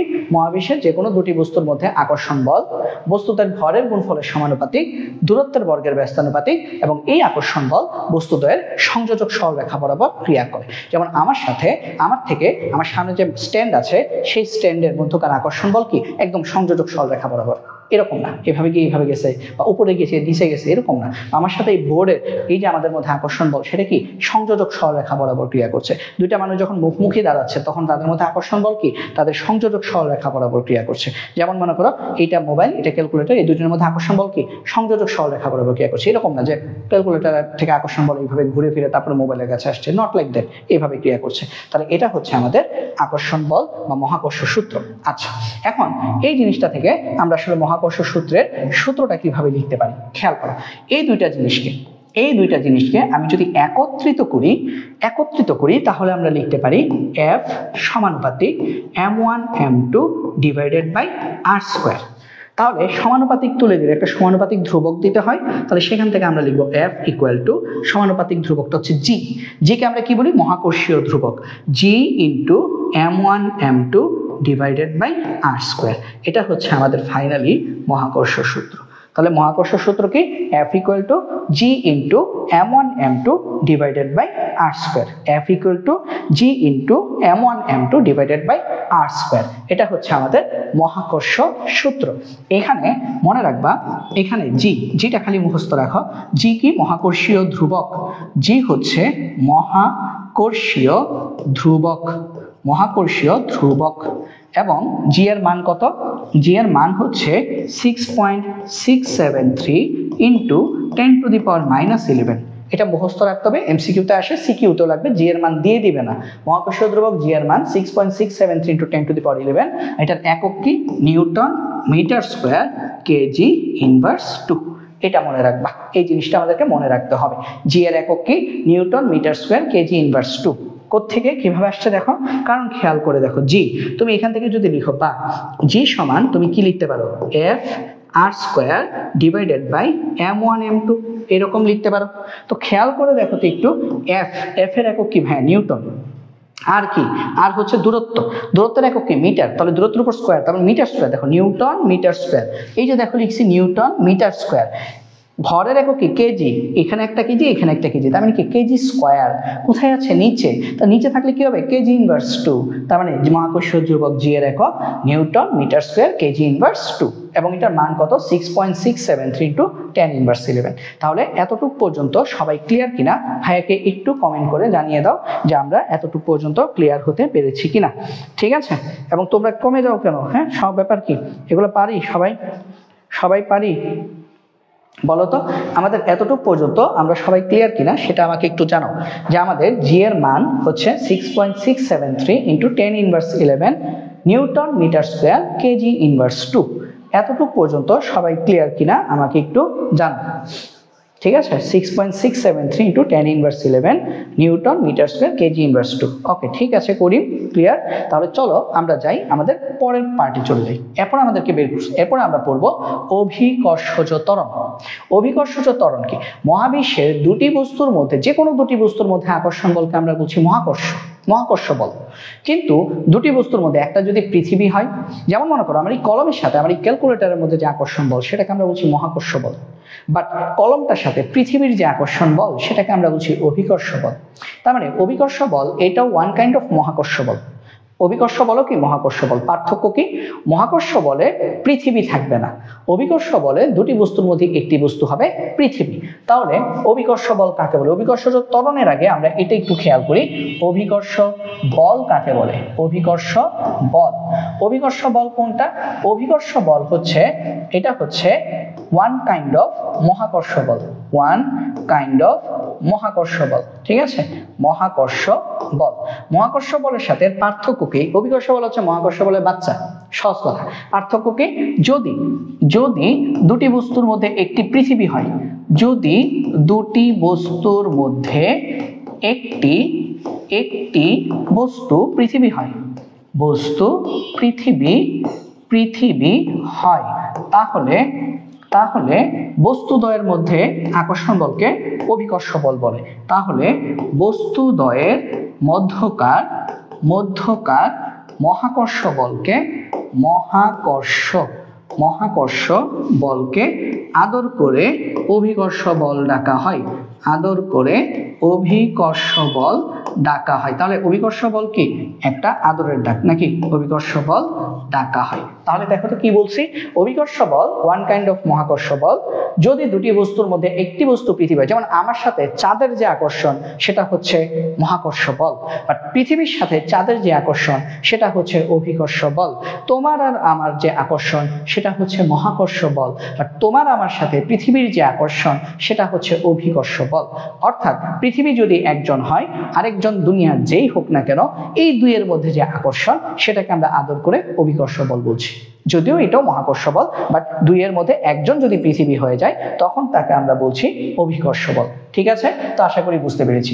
এবং এই অভিকর্ষ বল থেকে আমাদের আসে কি? অভিকর্ষজ ত্বরণ।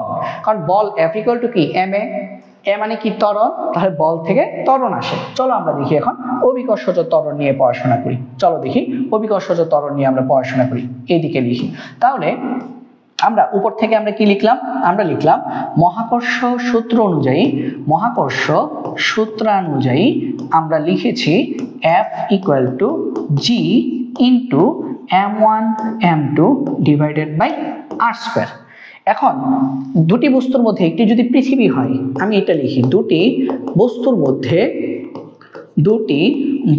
মধ্যে একটি যদি পৃথিবী হয়, তাহলে সেটা কি হয়ে যাবে? এই বলটা কি হয়ে যাবে? মহাকর্ষ বল থাকবে না, অভিকর্ষ বল হয়ে যাবে। একটি যদি পৃথিবী হয় তাহলে আমরা ধরে নেই পৃথিবীর ভর হচ্ছে m1। পৃথিবীর ভর হচ্ছে আমাদের m1 এবং এটাকে আমরা লিখলাম বড় হাতের m, পৃথিবীর ভর বড় হাতের m। আচ্ছা, এবং একটা কথা মনে রাখবা, পৃথিবীর ভর মুখস্থ। পৃথিবীর ভর কত? পৃথিবীর ভর হচ্ছে 6 × 10⁻24 কেজি। ভাই এই ভর কেমনে মাপলো? এত বড় ওজন মাপার মেশিন কোথায় ছিল? কোথাও ছিল না ভাইয়া। এটা হচ্ছে অ্যাপ্রক্সিমেট একটা ভ্যালু, এটা থেকে এদিক ওদিক হতে পারে, ঠিক আছে? এটা অ্যাপ্রক্সিমেট একটা ভ্যালু, এটা থেকে এদিক ওদিক হতে পারে। আচ্ছা, পৃথিবীর ভর। তারপরে খেয়াল করো বস্তুর ভর কি? পৃথিবীর সাথে যে বস্তুর তুমি অভিকর্ষ বল মাপতেছো বা মহাকর্ষ বল মাপতেছো সেটার ভর m2 = তুমি বলো ছোট হাতের m। এটা পরীক্ষায় দেওয়া থাকতে পারে বা তুমি হচ্ছে এটা বের করতে হতে পারে। আর কি? আর হচ্ছে ব্যাসার্ধ। কার ব্যাসার্ধ? পৃথিবীর ব্যাসার্ধ। পৃথিবীর ব্যাসার্ধকে আমরা বড় হাতের r দিয়ে প্রকাশ করব। তাহলে ব্যাসার্ধ r = R। পৃথিবীর ব্যাসার্ধ আমাদের মুখস্থ 6400 কিলোমিটার। এইগুলো পরীক্ষায় দিয়ে দিবে না। যদি পৃথিবী বলে পৃথিবীর ভর তোমাকে মুখস্থ রাখতে হবে 6 × 10⁻24 কেজি এবং পৃথিবীর ব্যাসার্ধ তোমাকে মনে রাখতে হবে 6400 কিলোমিটার। এখন এটা কিলোমিটারে রাখলে হবে না, মিটারে নিতে হবে। মিটারে নিলে এই মানটা আসবে 6.4 × 10⁶ মিটার। 6.4 × 10⁶ মিটার। এটা হচ্ছে পৃথিবীর ব্যাসার্ধ। তাহলে তোমাকে কষ্ট করে তিনটা ভ্যালু এখন পর্যন্ত মুখস্থ করিয়েছি ভাইয়া। একটা হচ্ছে মহাকর্ষীয় ধ্রুবক বড় হাতের G 6.673 × 10⁻11 newton metre square kg inverse 2 একক সহ মনে রাখতে হবে। একটা হচ্ছে পৃথিবীর ভর 6 × 10⁻24 কেজি, আরেকটা হচ্ছে পৃথিবীর ব্যাসার্ধ 6.4 × 10⁶ মিটার। এই তিনটা মান আপাতত তোমাদেরকে মুখস্থ রাখতে হবে। এখন তাহলে আমরা লিখি, সেই ক্ষেত্রে আমাদের অভিকর্ষজ আমরা বের করবো কি ভাইয়া? অভিকর্ষজ ত্বরণ। তাহলে আমরা লিখব সুতরাং আমাদের f = কত? চলো দেখি। তা আমরা লিখব সুতরাং আমাদের f = g। m1 এর বদলে আমরা কি লিখব? m2 এর বদলে কি লিখব? ছোট হাতের m। r এর বদলে কি লিখব? Capital R। তাহলে আমরা কি লিখতেছি? Gmm/r²। ঠিক আছে, Gmm/r²। এরপরে লাইনে আমরা কি লিখব দেখো। এই যে আমাদের f = কি? ma। ভাই এটা কি? অভিকর্ষজ ত্বরণ কি নিচের দিকে কাজ করে? তাহলে নিচের দিকে হলে a কে আমরা কি বলি? g বলি। এই gটাই অভিকর্ষজ ত্বরণ। তাহলে f = আমরা লিখব mg। অভিকর্ষজ ত্বরণ এই যে জিটাই আমি বের করব। তাহলে অভিকর্ষজ ত্বরণ g = কত আসবে? mg = কত আসবে? Gmm/r²। এখন খেয়াল করে দেখো, এইখানে একটা m আছে। এই যে দেখো আমাদের, এই যে তোমরা খেয়াল করো যে আমাদের এখানে একটা m আছে, এখানে একটা m আছে।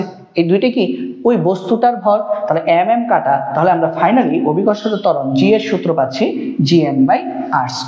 তাহলে ফাইনালি আমরা অভিকর্ষজ ত্বরণের সূত্র পাচ্ছি g = Gm/r²।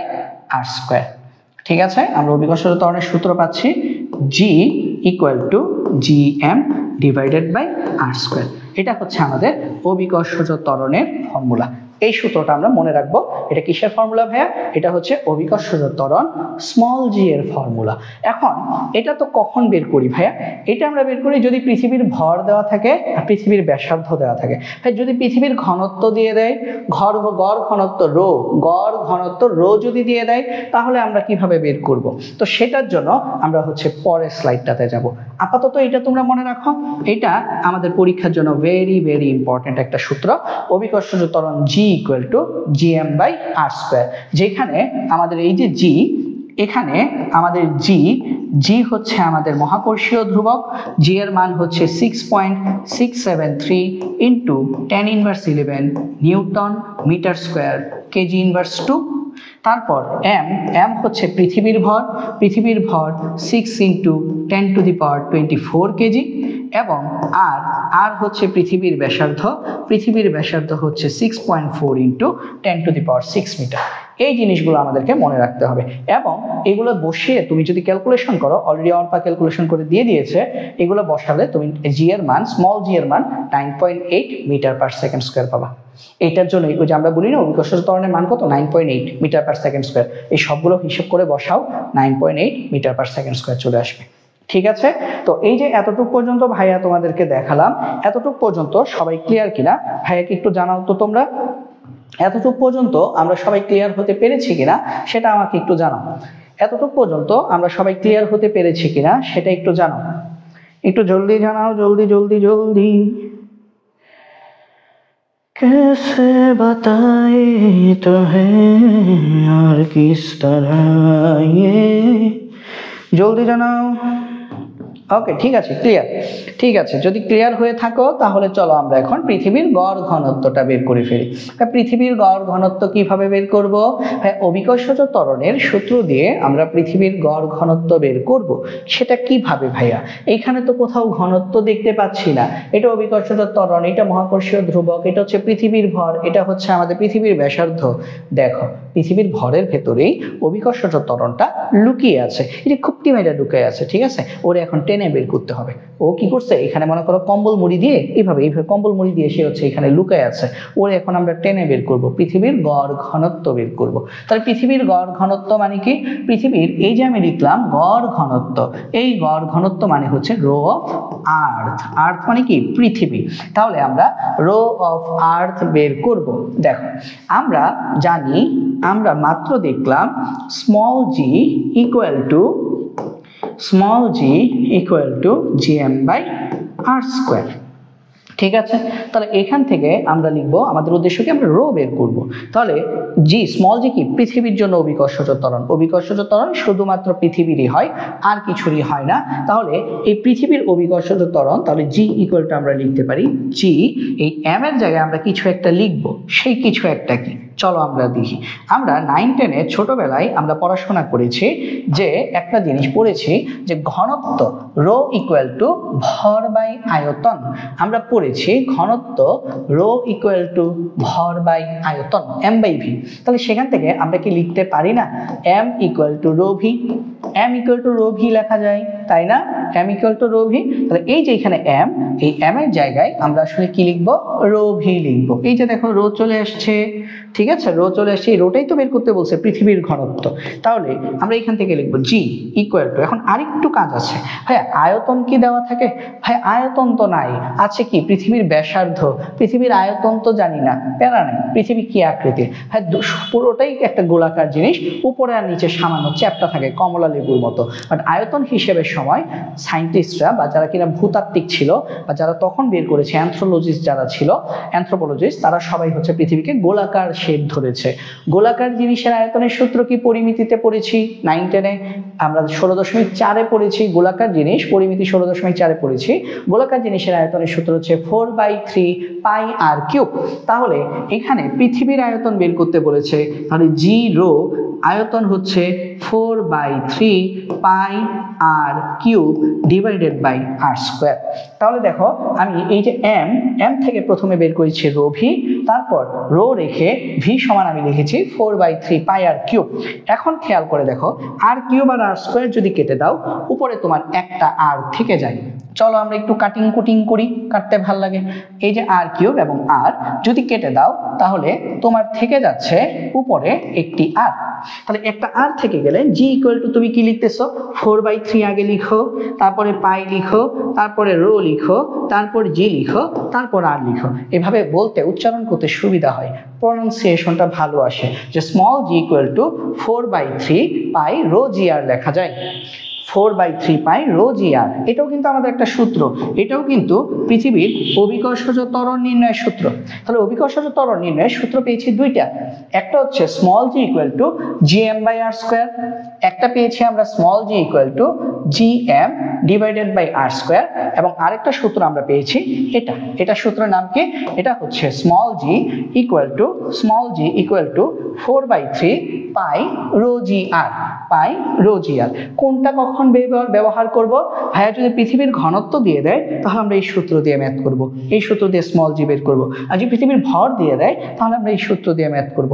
এখন আমার তো উদ্দেশ্য কি? আমার উদ্দেশ্য পৃথিবীর গড় ঘনত্বটাই নির্ণয় করা, তার মানে রো বের করব। তাহলে এখান থেকে আমরা তাহলে রো বের করি।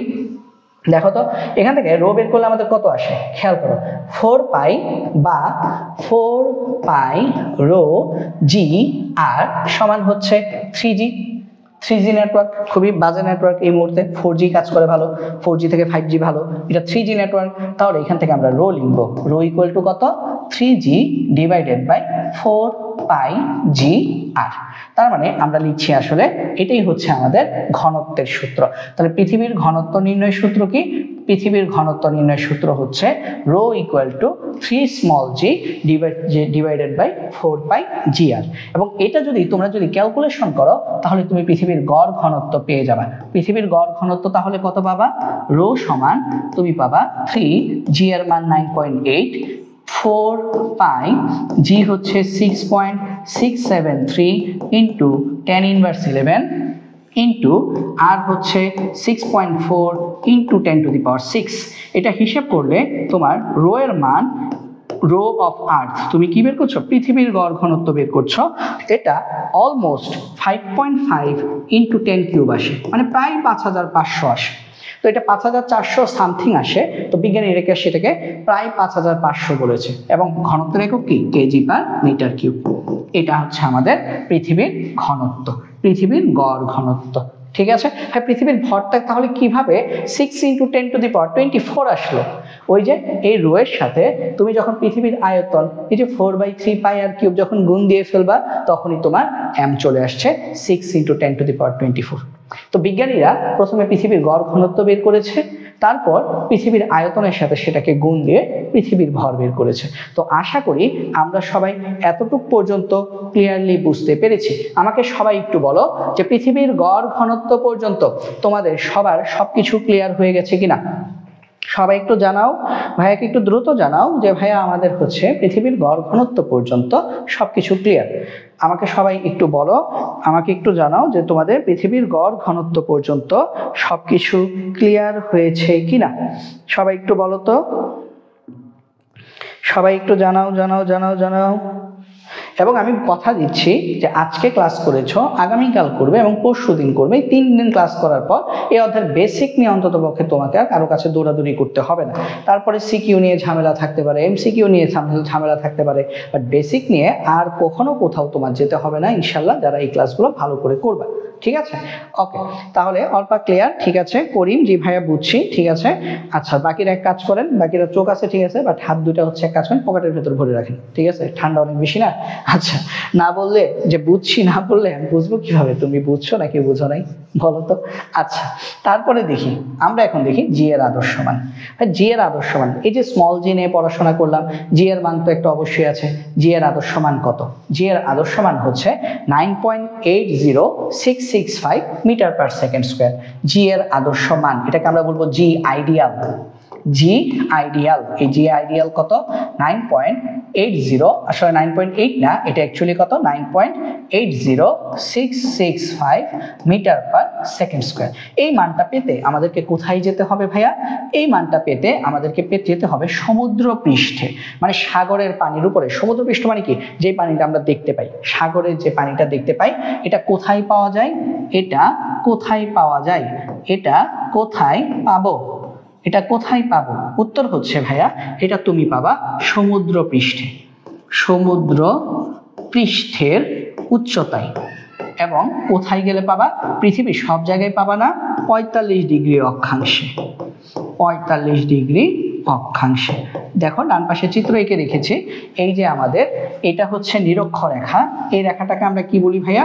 এই রেখাটাকে আমরা বলি নিরক্ষরেখা বা বিষুব রেখা। নিরক্ষরেখা বা বিষুব রেখা। এই নিরক্ষরেখা বা বিষুব রেখাকে আমরা কি বলি? 0 ডিগ্রি বলি। এটা হচ্ছে আমাদের 0 ডিগ্রি, এটা হচ্ছে আমাদের 0 ডিগ্রি। নিরক্ষরেখা বা বিষুব রেখা, এটাকে আমরা বলি 0 ডিগ্রি। এবং এইটা থেকে ঠিক 45 ডিগ্রি অক্ষাংশে, এই 45 ডিগ্রি হচ্ছে ল্যামডা, ল্যামডা দিয়ে অক্ষাংশকে ল্যামডা দিয়ে প্রকাশ করা হয়। তাহলে এই জায়গায় তুমি যদি জি মাপো, এই জি এর মানটাকে আমরা বলছি জি আইডিয়াল। তাহলে জি আইডিয়াল বা জি এর আদর্শ মান কোথায় পাওয়া যায় ভাইয়া? নিরক্ষরেখা বা বিষুব রেখা থেকে 45 ডিগ্রি অক্ষাংশে যদি যাও, তাহলে পৃথিবীর ভিন্ন ভিন্ন অক্ষাংশে জি এর মান ভিন্ন ভিন্ন হয়, এটা আমরা আগামীকালকে ক্লাসে পড়ব। তবে জি এর আদর্শ মান ধরা হয় 45 ডিগ্রি অক্ষাংশে সমুদ্র পৃষ্ঠের উচ্চতায়, জি এর মানকে আদর্শ মান বলা হয়। এবং আদর্শ মান কত? 9.80665 মিটার পার সেকেন্ড স্কোয়ার, সেটাকে আমরা 9.8 মিটার পার সেকেন্ড স্কোয়ার বলে থাকি। ঠিক আছে? আচ্ছা আচ্ছা ঠিক আছে। আচ্ছা ঠিক আছে, একজন আবার আরেকজনকে ডাকছো, এটা খুব ভালো লাগছে। হ্যাঁ, তো এভাবেই একজন আরেকজনকে ডেকে ডেকে ক্লাসে নিয়ে আসবা, ঠিক আছে। আর করিম বলছো যে ভাইয়া চ্যাপ্টার 5 এর ক্লাসগুলো অনেক কাজে দিছে, ম্যাথ সব এখন ইজি লাগে, সাবাস, থ্যাংক ইউ। এই জিনিসগুলো আসলে দরকার, যে ভাইয়া ক্লাস নিচ্ছি, ক্লাসগুলো করে তোমরা উপকার পাচ্ছ এবং ক্লাসগুলো করার পর তোমাদের কাছে ম্যাথগুলো ইজি লাগছে। কেন বলো তো? ফিজিক্স হচ্ছে আমাদের সায়েন্সের সাবজেক্টগুলোর মধ্যে এমন একটা চ্যাপ্টার যেটাতে বোর্ডের টিচারদের মানে শিক্ষা বোর্ডের টার্গেটই থাকে ফিজিক্স দিয়ে তোমাদের রেজাল্টটা খারাপ করাবে। কেন বলি? আমাদের পরীক্ষা কিভাবে হয়, বাংলা প্রথম পত্র দ্বিতীয় পত্র হবে সবার আগে, বোর্ড পরীক্ষার কথা বলছি। ইংরেজি প্রথম পত্র দ্বিতীয় পত্র হবে তারপরে, 5 নাম্বার পরীক্ষাটা হয় আমাদের আইসিটি। হ্যাঁ, 5 নাম্বার পরীক্ষাটা আইসিটি কিভাবে নেয় সেটা আমি তোমাদেরকে একটু বলি। আইসিটি পরীক্ষাটা আমাদের হয় বৃহস্পতিবার, শুক্র শনি 2 দিন বন্ধ দিয়ে রবিবার তোমাদের হবে কি পরীক্ষা বলতো? না সরি, শুক্র শনি না, আইসিটি পরীক্ষাটা হবে তোমাদের মঙ্গলবার। আইসিটি পরীক্ষাটা তোমাদের মঙ্গলবার হবে। একদিন বন্ধ দিয়ে বৃহস্পতিবার হবে তোমাদের ফিজিক্স ফার্স্ট পেপার, 2 দিন বন্ধ দিয়ে রবিবার হবে তোমাদের ফিজিক্স সেকেন্ড পেপার। তার মানে ফিজিক্স ফার্স্ট পেপারে তোমরা সবসময় পাবা একদিন বন্ধ, ফিজিক্স সেকেন্ড পেপারে পাবা 2 দিন বন্ধ। তারপরে কেমিস্ট্রি ফার্স্ট পেপারে পাওয়া যায় মিনিমাম 7 দিন বন্ধ পাওয়া যায়, কেমিস্ট্রি সেকেন্ড পেপারে শুধু 1 দিন বন্ধ দেয়। জুলজি বোটানি এগুলাতে তোমরা 4 থেকে 5 দিন করে করে 2টার মধ্যেই পাবা। হায়ার ম্যাথও সেম, একটাতে 5 দিন বা 6 দিন বন্ধ থাকে, একটাতে 2 দিন বা 3 দিন বন্ধ থাকে। তাহলে দেখো সবচেয়ে কম বন্ধ দেওয়া হয় ফিজিক্স পরীক্ষায়। কেন? তুমি বাংলা ইংরেজি আইসিটি পরীক্ষা সহজ সহজ সহজ, অনেকের কাছে কঠিন অনেকের কাছে সহজ, সায়েন্সের স্টুডেন্টদের কাছে বাংলা ইংলিশ মোটামুটি ভালোই পারো তোমরা, আইসিটিও ভালো পারো। দেওয়ার পর তুমি যখন খুব চিল করতেছো, ফিজিক্স পরীক্ষায় তোমার মাত্র 1 দিন বন্ধ দিয়েছে 24 ঘন্টার মধ্যে, মানে একদিন মানে তুমি যেদিন পরীক্ষা দিছো সেদিন তুমি রাত পাচ্ছ, পরের দিন তুমি সারাদিন রাত পাচ্ছ, তারপরের দিনই পরীক্ষা। তুমি প্রথম ঘষাটাই খাবা সায়েন্সের প্রথম সাবজেক্টে ফিজিক্স। কেন?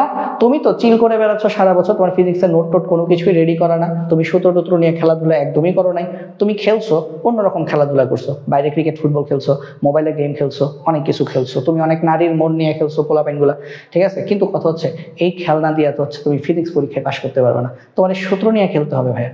তোমার যার সূত্র নিয়ে খেলা আছে তার জন্য ওই একদিন অনেক, সে চিন্তা করবে পরীক্ষাটা পরের দিন হয়ে গেলেই ভালো হইতো, খামোখা একদিন আরো বেশি সূত্র নিয়ে খেলতে হবে।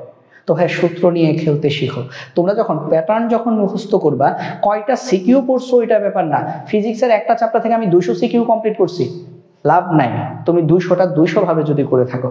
ফিজিক্স থেকে আমি হচ্ছে একটা অধ্যায়ে আমি 10টা সিকিউ সলভ করেছি, বাট 10টা সিকিউ যদি আমি পরবর্তীতে আরো 1000টা সিকিউ সলভ করতে পারবো। এই যে তুমি 10টা সিকিউ সলভ করছো মানে কি তুমি 10টা প্যাটার্ন মুখস্থ করছো। ফিজিক্সে প্যাটার্ন মুখস্থ করা অনেক অনেক অনেক জরুরি। ফিজিক্সে আমরা যদি প্যাটার্ন যদি মুখস্থ রাখতে পারি তাহলে আমরা যে কোনো ম্যাথ আসলে পারবো। প্যাটার্ন মানে কি? কনসেপ্ট। কনসেপ্ট মানে কি? সূত্র ভাইয়া।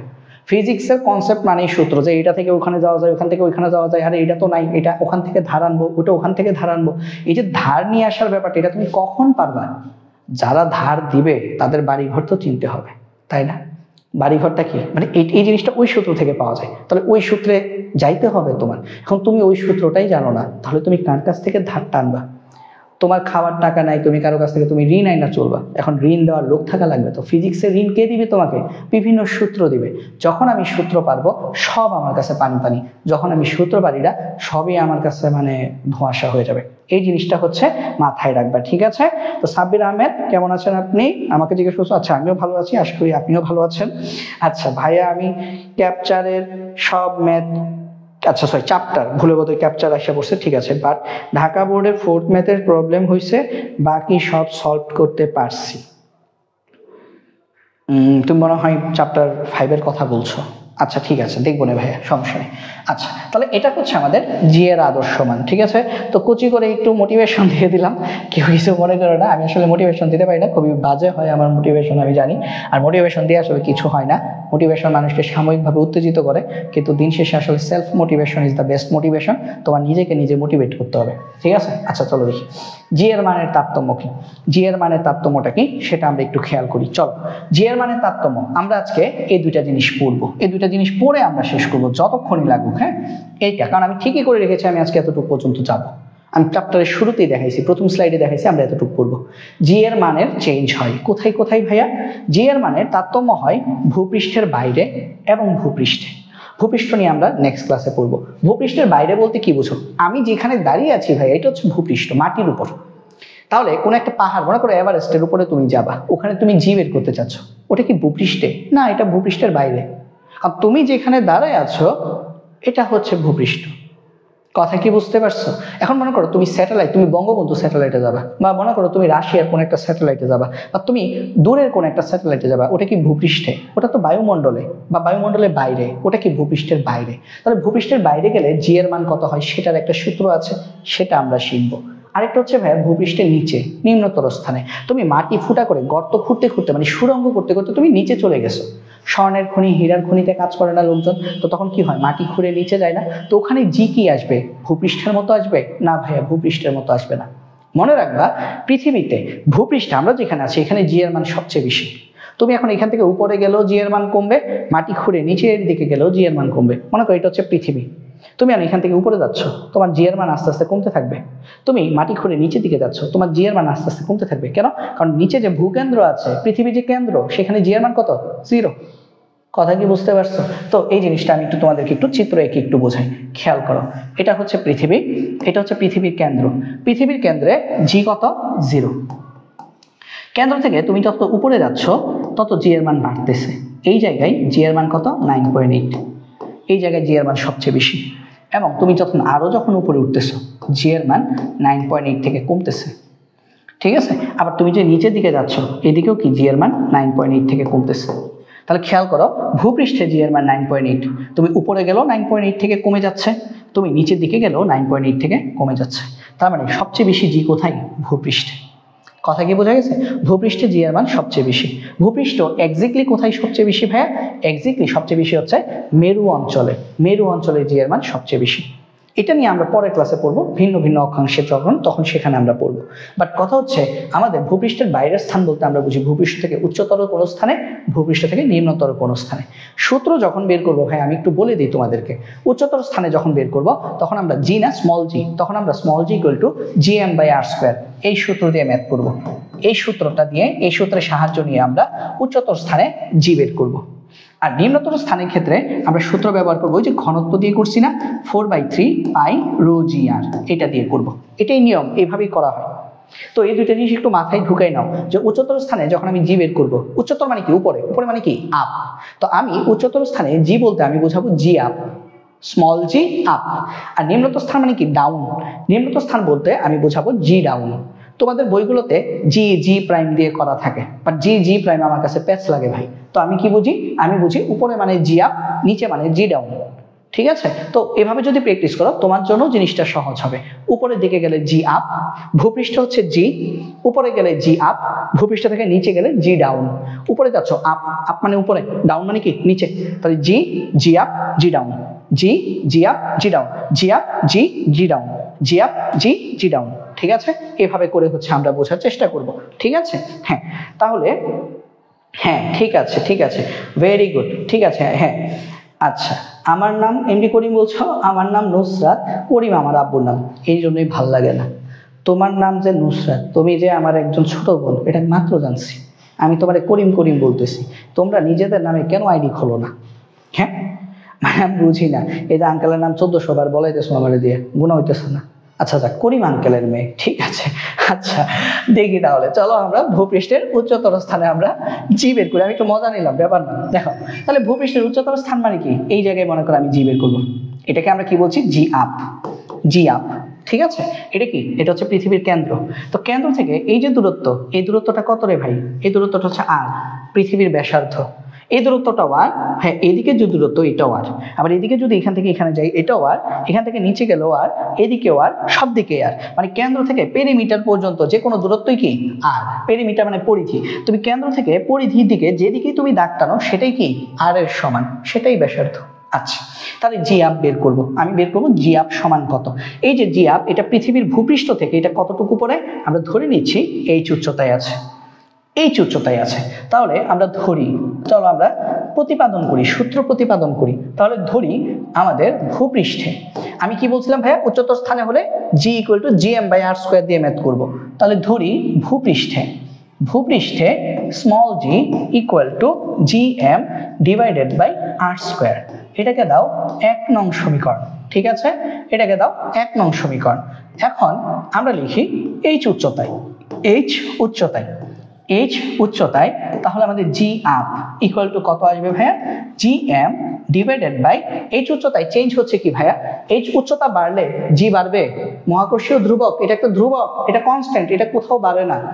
ভূপৃষ্ঠ থেকে উপরে চলে গেছে, এটা কি পৃথিবীর ভর বাড়বে কমবে? ভাইয়া তোমার যে একটুখানি ওজন ভর, এটা দিয়ে পৃথিবীর কিছু আসা যায় না। এটা মনে করো সাগরের মধ্যে এক ফোঁটা পানি, ওটা তুমি নিলে যে কথা, দিলে একই কথা। তার মানে তুমি যে চলে গেছো, এতে পৃথিবীর ভরের কোনো চেঞ্জ আসবে না। তার মানে জি এবং পৃথিবীর ভর এগুলো কি কনস্ট্যান্ট, এগুলো কনস্ট্যান্ট। চেঞ্জ হচ্ছে কি? আর চেঞ্জ হচ্ছে।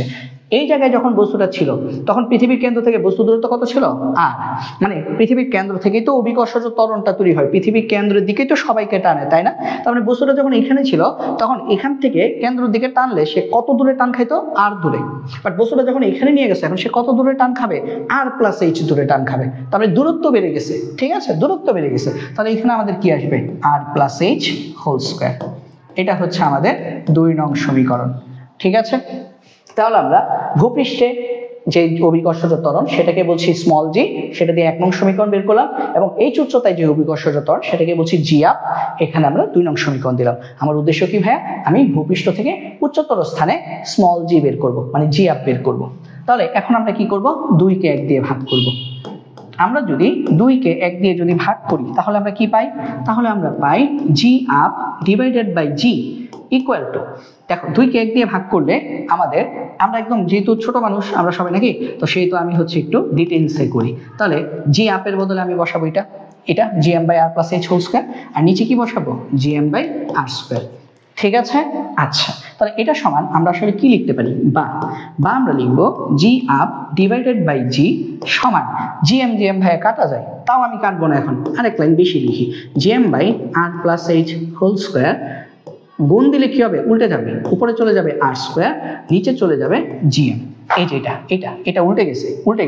এখন আমরা কাটি, চলো এখন আমরা মনের সুখে কাটি, চলো চলো জিএম কাটি। শেষ। তো জিএম কাটলে আমাদের আসলে কি থাকে? আমাদের আসলে এখানে কি থাকে দেখো, এখানে আমাদের থাকে বা g up divided by g সমান হচ্ছে r square divided by R plus H whole square. তো আমরা এই সূত্রটা আসলে সবাই মনে রাখবো। হ্যাঁ, এটা থেকেই পরীক্ষায় আসলে আমরা ভেঙে ভেঙে জি আপ পর্যন্ত যাব। এইটা আমাদের একটা ফর্মুলা। হ্যাঁ, এটা আমরা মনে রাখবো যে g up by g equal to হচ্ছে r square by R plus H whole square. এটা আমরা একটা মনে রাখবো। হ্যাঁ, এটা একটা মনে রাখার মতো জিনিস। এখন এটাকে আমি একটু ভাঙবো, কেন? কারণ আমি জি আপ একদম ফাইনালি জি আপ সমান কত সেটা বের করতে চাচ্ছি। বাট আমি তোমাদেরকে পরামর্শ দেবো, যখন তোমরা সিকিউ করবা এখান থেকে শুরু করো, ঠিক আছে? এটা থেকে শুরু করো, এটা মনে রাখা ইজি, অনেক ইজি। তাহলে আমরা লিখবো বা g up divided by g সমান, খেয়াল করো, আর এর উপরও স্কোয়ার, আর প্লাস এইচ এর উপরও স্কোয়ার, তার মানে আমি হোল স্কোয়ার লিখতে পারি r by R plus H whole square. অর্থাৎ আমরা ফাইনালি পাচ্ছি জি আপ মানে পৃথিবী থেকে উচ্চতর স্থানে অভিকর্ষজ ত্বরণ equal to R plus R by R plus H whole square. এই জি এদিকে চলে আসলে এটা হবে স্মল জি। তাহলে এটা হচ্ছে আমার ফাইনালি জি আপের সূত্র। বাট ভাইয়া তোমাদেরকে পরামর্শ দিব, তোমরা এই সূত্রটা মনে না রাখা এই সূত্রটা মনে রাখবা, তোমরা এটা মনে রাখবা, ঠিক আছে? এটা মনে রাখবা। আর এটা হচ্ছে আমাদের মেইন সূত্র, এটা হচ্ছে আমাদের মেইন সূত্র। তো আমাকে সবাই একটু বলো যে এই জিনিসটা বুঝতে পেরেছো কিনা? হ্যাঁ, আচ্ছা স্যার পৃথিবী যেহেতু পুরা গোলাকার না, তাহলে আর সব জায়গায় সেম কিভাবে? এটাকে ধরে নেওয়া হয়েছে ভাইয়া, এটা ধরে নেওয়া হয়েছে, এটা বিজ্ঞানীরা ধরে নিয়েছে। কারণ কি, একদম এক্সাক্ট ভ্যালু আসলে পৃথিবীর মাপা সম্ভব না। দড়ি ফিতা দিয়ে তো তুমি মানে দূরত্ব মাপতে পারবে না। পৃথিবীর দূরত্ব যে মানে ব্যাসার্ধ যে অ্যাকচুয়ালি 6400 কিলোমিটার, এটা তো দড়ি ফিতা দিয়ে মাপে নাই, তাই না? এটা হচ্ছে নৃতাত্ত্বিকরা বা ভূতত্ত্ববিদ যারা, তাদের কিছু ক্রাইটেরিয়া আছে, ওটা দিয়ে পরীক্ষা নিরীক্ষা করছে আর কি, বুঝা গেছে? আচ্ছা, তাহলে সাব্বির আহমেদ দুইটা সমাধান করলে জি ইকুয়াল টু 1 মাইনাস, আচ্ছা সাব্বির আহমেদ যে সমাধানটা দিয়েছো সেটা দরকার নাই, সেটা অনেক গোলমেলে, একটা মুখস্থ রাখো, এটাই চলে, এটাই যথেষ্ট, ওটার দরকারই নেই। হ্যাঁ, তুমি যেটা দিয়েছো ওটা মেইন বইয়ে আছে, ওটা আছে ঠিক আছে, বাট ওটা দ্বিঘাত সমীকরণ করে করতে হয়, ওটা ভাইয়া পড়াবই না। কেন? কারণ যেখানে দুইটা সূত্র থাকে সেখানে কনফিউশন তৈরি হয়।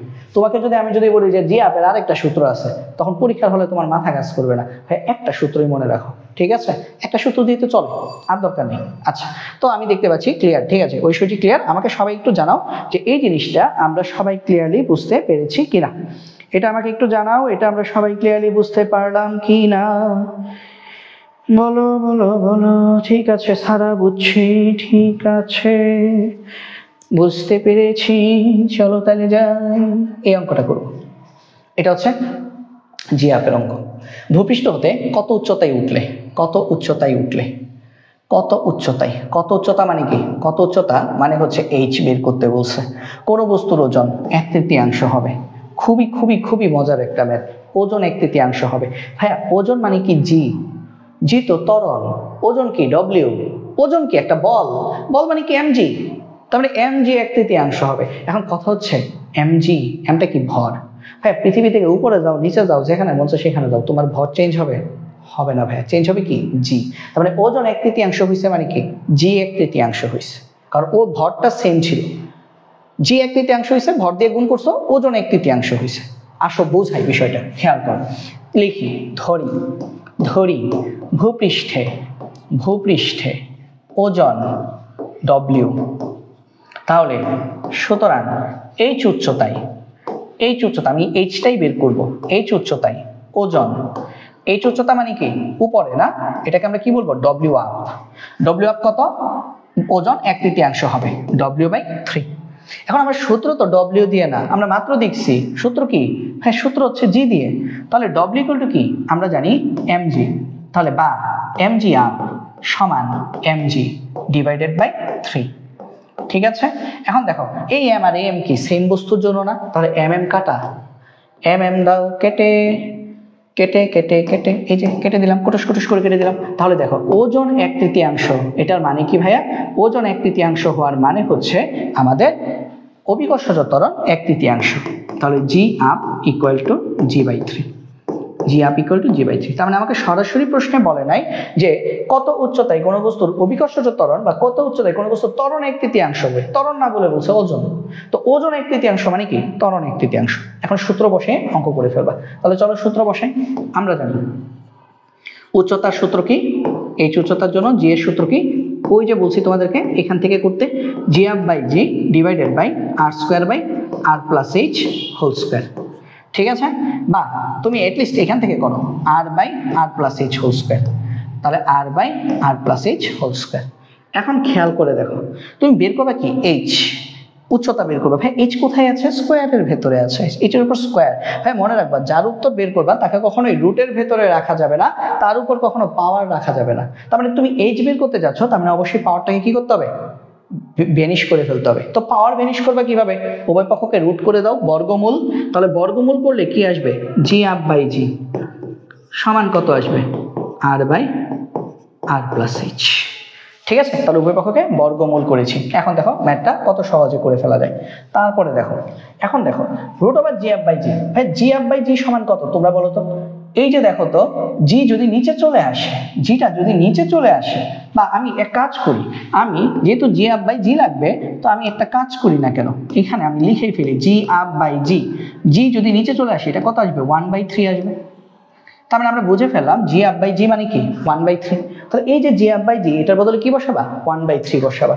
তাহলে লিখবা বা জি আপ বাই জি মানে কি 1/3, রুট ওভার 1/3, রুট ওভার 1/3 সমান কত আসবে, r by R plus h, r by R plus h. আমার উদ্দেশ্য কি ভাইয়া, এইচ বের করব।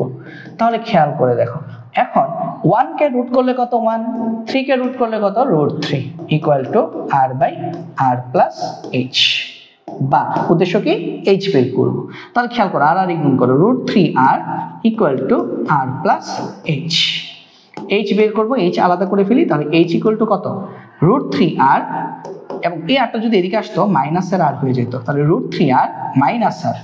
তাহলে আমরা এইচ ইকুয়াল টু কত পাচ্ছি, এইচ ইকুয়াল টু আমরা কত পাচ্ছি √3, যদি আর যদি কমন নাও তাহলে √3 - 1 ইন্টু আর। তাহলে এইচ ইকুয়াল টু কত পাওয়া যাচ্ছে বলো, √3 - 1 ইন্টু আর। হ্যাঁ √3 - 1 ইন্টু আর। দেখো তো অলরেডি আনসার চলেও আসছে, তো আমি একটু দেখি জাস্ট এটাই ঠিক আছে কিনা। √3 - 1, √3 - 1 মানে হচ্ছে আমাদের 0.732 আর। হ্যাঁ, আর এর মান কত? 6400 কিলোমিটার। এটা তো আর মিটারে নিতে হবে না, তাহলে 0.732 ইন্টু 6400 এত কিলোমিটার। তাহলে সুতরাং h ইকুয়াল টু আমরা কত পাচ্ছি, যা আসছে সেটাকে 6400 দিয়ে গুণ দিয়ে দাও। 6400 দিয়ে গুণ দিলে কত আসে? 0.732 ইন্টু 6400, এটা আসবে আমাদের 4684, 4684.8, তার মানে 4685 কিলোমিটার বলতে পারো। এটা হচ্ছে আমাদের আনসার। ঠিক আছে, তো আমি দেখতে পাচ্ছি আমাদের হচ্ছে অর্পা এবং ঐশ্বর্যী সঠিক উত্তর দিয়ে ফেলছো। ঠিক আছে ভাই, 84.8 লেখা যে কথা, 85 লেখা একই কথা। আমাকে এখন তোমরা বলো, এই যে ম্যাথটা আমি করলাম, এই অঙ্কটা সবাই বুঝতে পেরেছো কিনা? এই অঙ্কটা সবাই বুঝতে পেরেছো কিনা? এই অঙ্কটা আমরা সবাই বুঝতে পারলাম কিনা সেটা আমাকে একটু দ্রুত জানাও, জানাও জানাও জানাও, দ্রুত জানাও।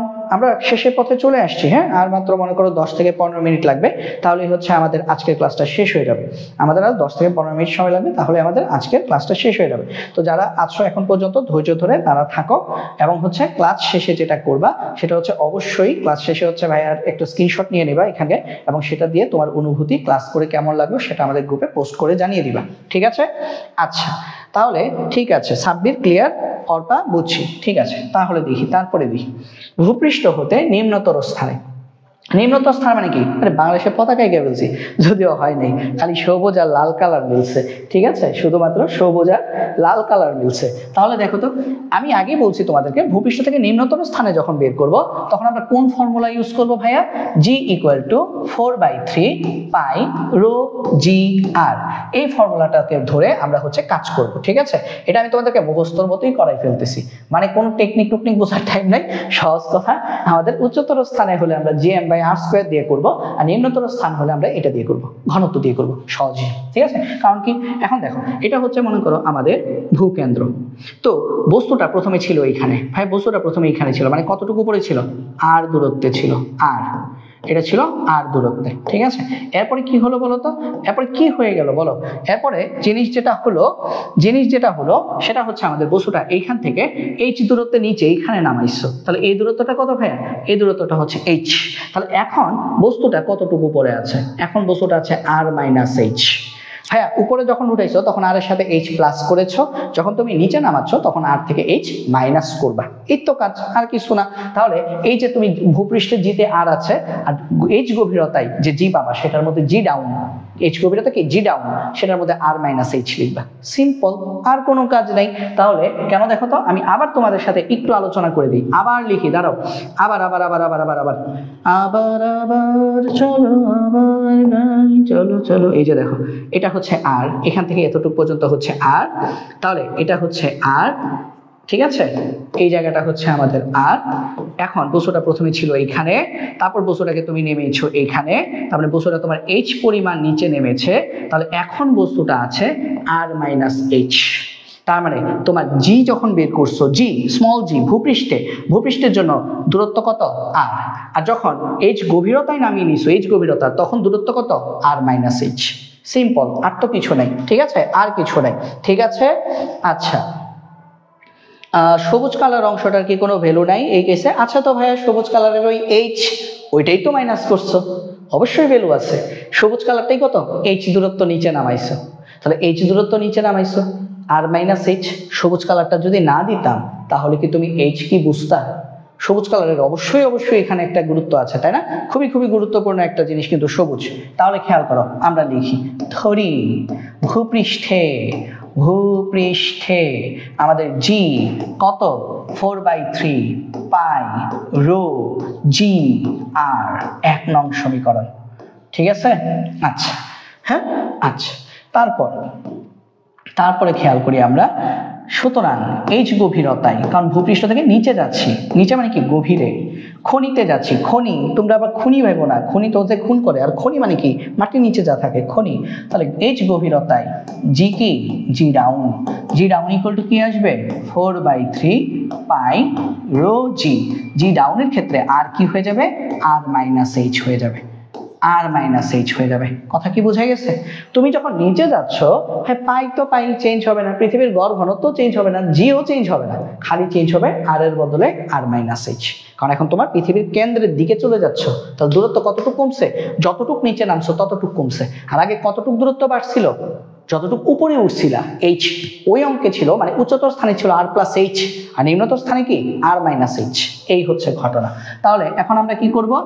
2কে 1 দিয়ে ভাগ করব। যদি 2কে 1 দিয়ে ভাগ করি তাহলে আমরা কি পাবো? আমরা পাবো g down divided by g equal to, এখানে অঙ্কটা কি করার দরকার আছে? তাও আমি আমার সোনামণিদের জন্য করে দিই। 4/3 পাই রো জি আর মাইনাস এইচ, এটা হবে উপরে, আর নিচে হবে 4/3 পাই রো জি আর, এটা হবে নিচে। এখন কুটুস কুটুস করে কাটার পালা। চলো এখন আমরা কুটুস কুটুস করে কাটি, কাটতে ভাল লাগে। দেখো 4/3 কাটা, পাই পাই কাটা, রো রো কাটা, জি জি কাটা, আর মাইনাস এইচ আর আবার আবেগে কাইটা ফেলো না, ওইটা কাটা যায় না, দুইটা সেম জিনিস না, ঠিক আছে? দুইটা সেম জিনিস না। তাহলে কত আসবে? আসবে বা g down divided by g equal to r minus h divided by r. তাহলে equal to g down divided by g equal to, যদি আংশিক ভগ্নাংশ করো আর বাই আর মানে কি 1, h by r, 1 minus h by r. তো আমি তোমাদেরকে পরামর্শ দিব, যখন তোমরা সিকিউ করবা এটা মনে রাখবা, এইখান থেকে শুরু করবা সিকিউ করলে, ঠিক আছে? আর অ্যাকচুয়ালি জি ডাউন সমান কি? এই জিটা এদিকে গেলে গুণ হয়ে যাবে। তাহলে আমরা ফাইনালি লিখব সুতরাং, এটা আমরা মনে রাখবো, এটাও মনে রাখবো। আর ফাইনালি সুতরাং আমাদের সূত্র কি? G down equal to 1 minus h by r into g. এটা হচ্ছে আমাদের ফাইনাল সূত্র, এটা হচ্ছে আমাদের ফাইনালি ফর্মুলা। তো আমাকে বলো কারো কোনো কোয়েশ্চেন আছে কিনা? ঠিক আছে অর্পার, উত্তর সঠিক। অর্প আমার সাথে করে ফেলছে 1 minus h by r into g. সবাই বলো, ঘুম আসতেছে রে ভাই, বলো বলো বলো বলো, সবাই বলো এতটুকু পর্যন্ত বুঝেছো কিনা বলো। তারপর এখন একটা ম্যাথ করবো, হ্যাঁ ম্যাথ করে হচ্ছে আমরা আজকের ক্লাসটা এখানেই সমাপ্তি ঘোষণা করবো। আরেকটা ম্যাথ আছে, ওটা করবো, ওটা করলেই শেষ, ঠিক আছে? আরেকটা ম্যাথ আছে।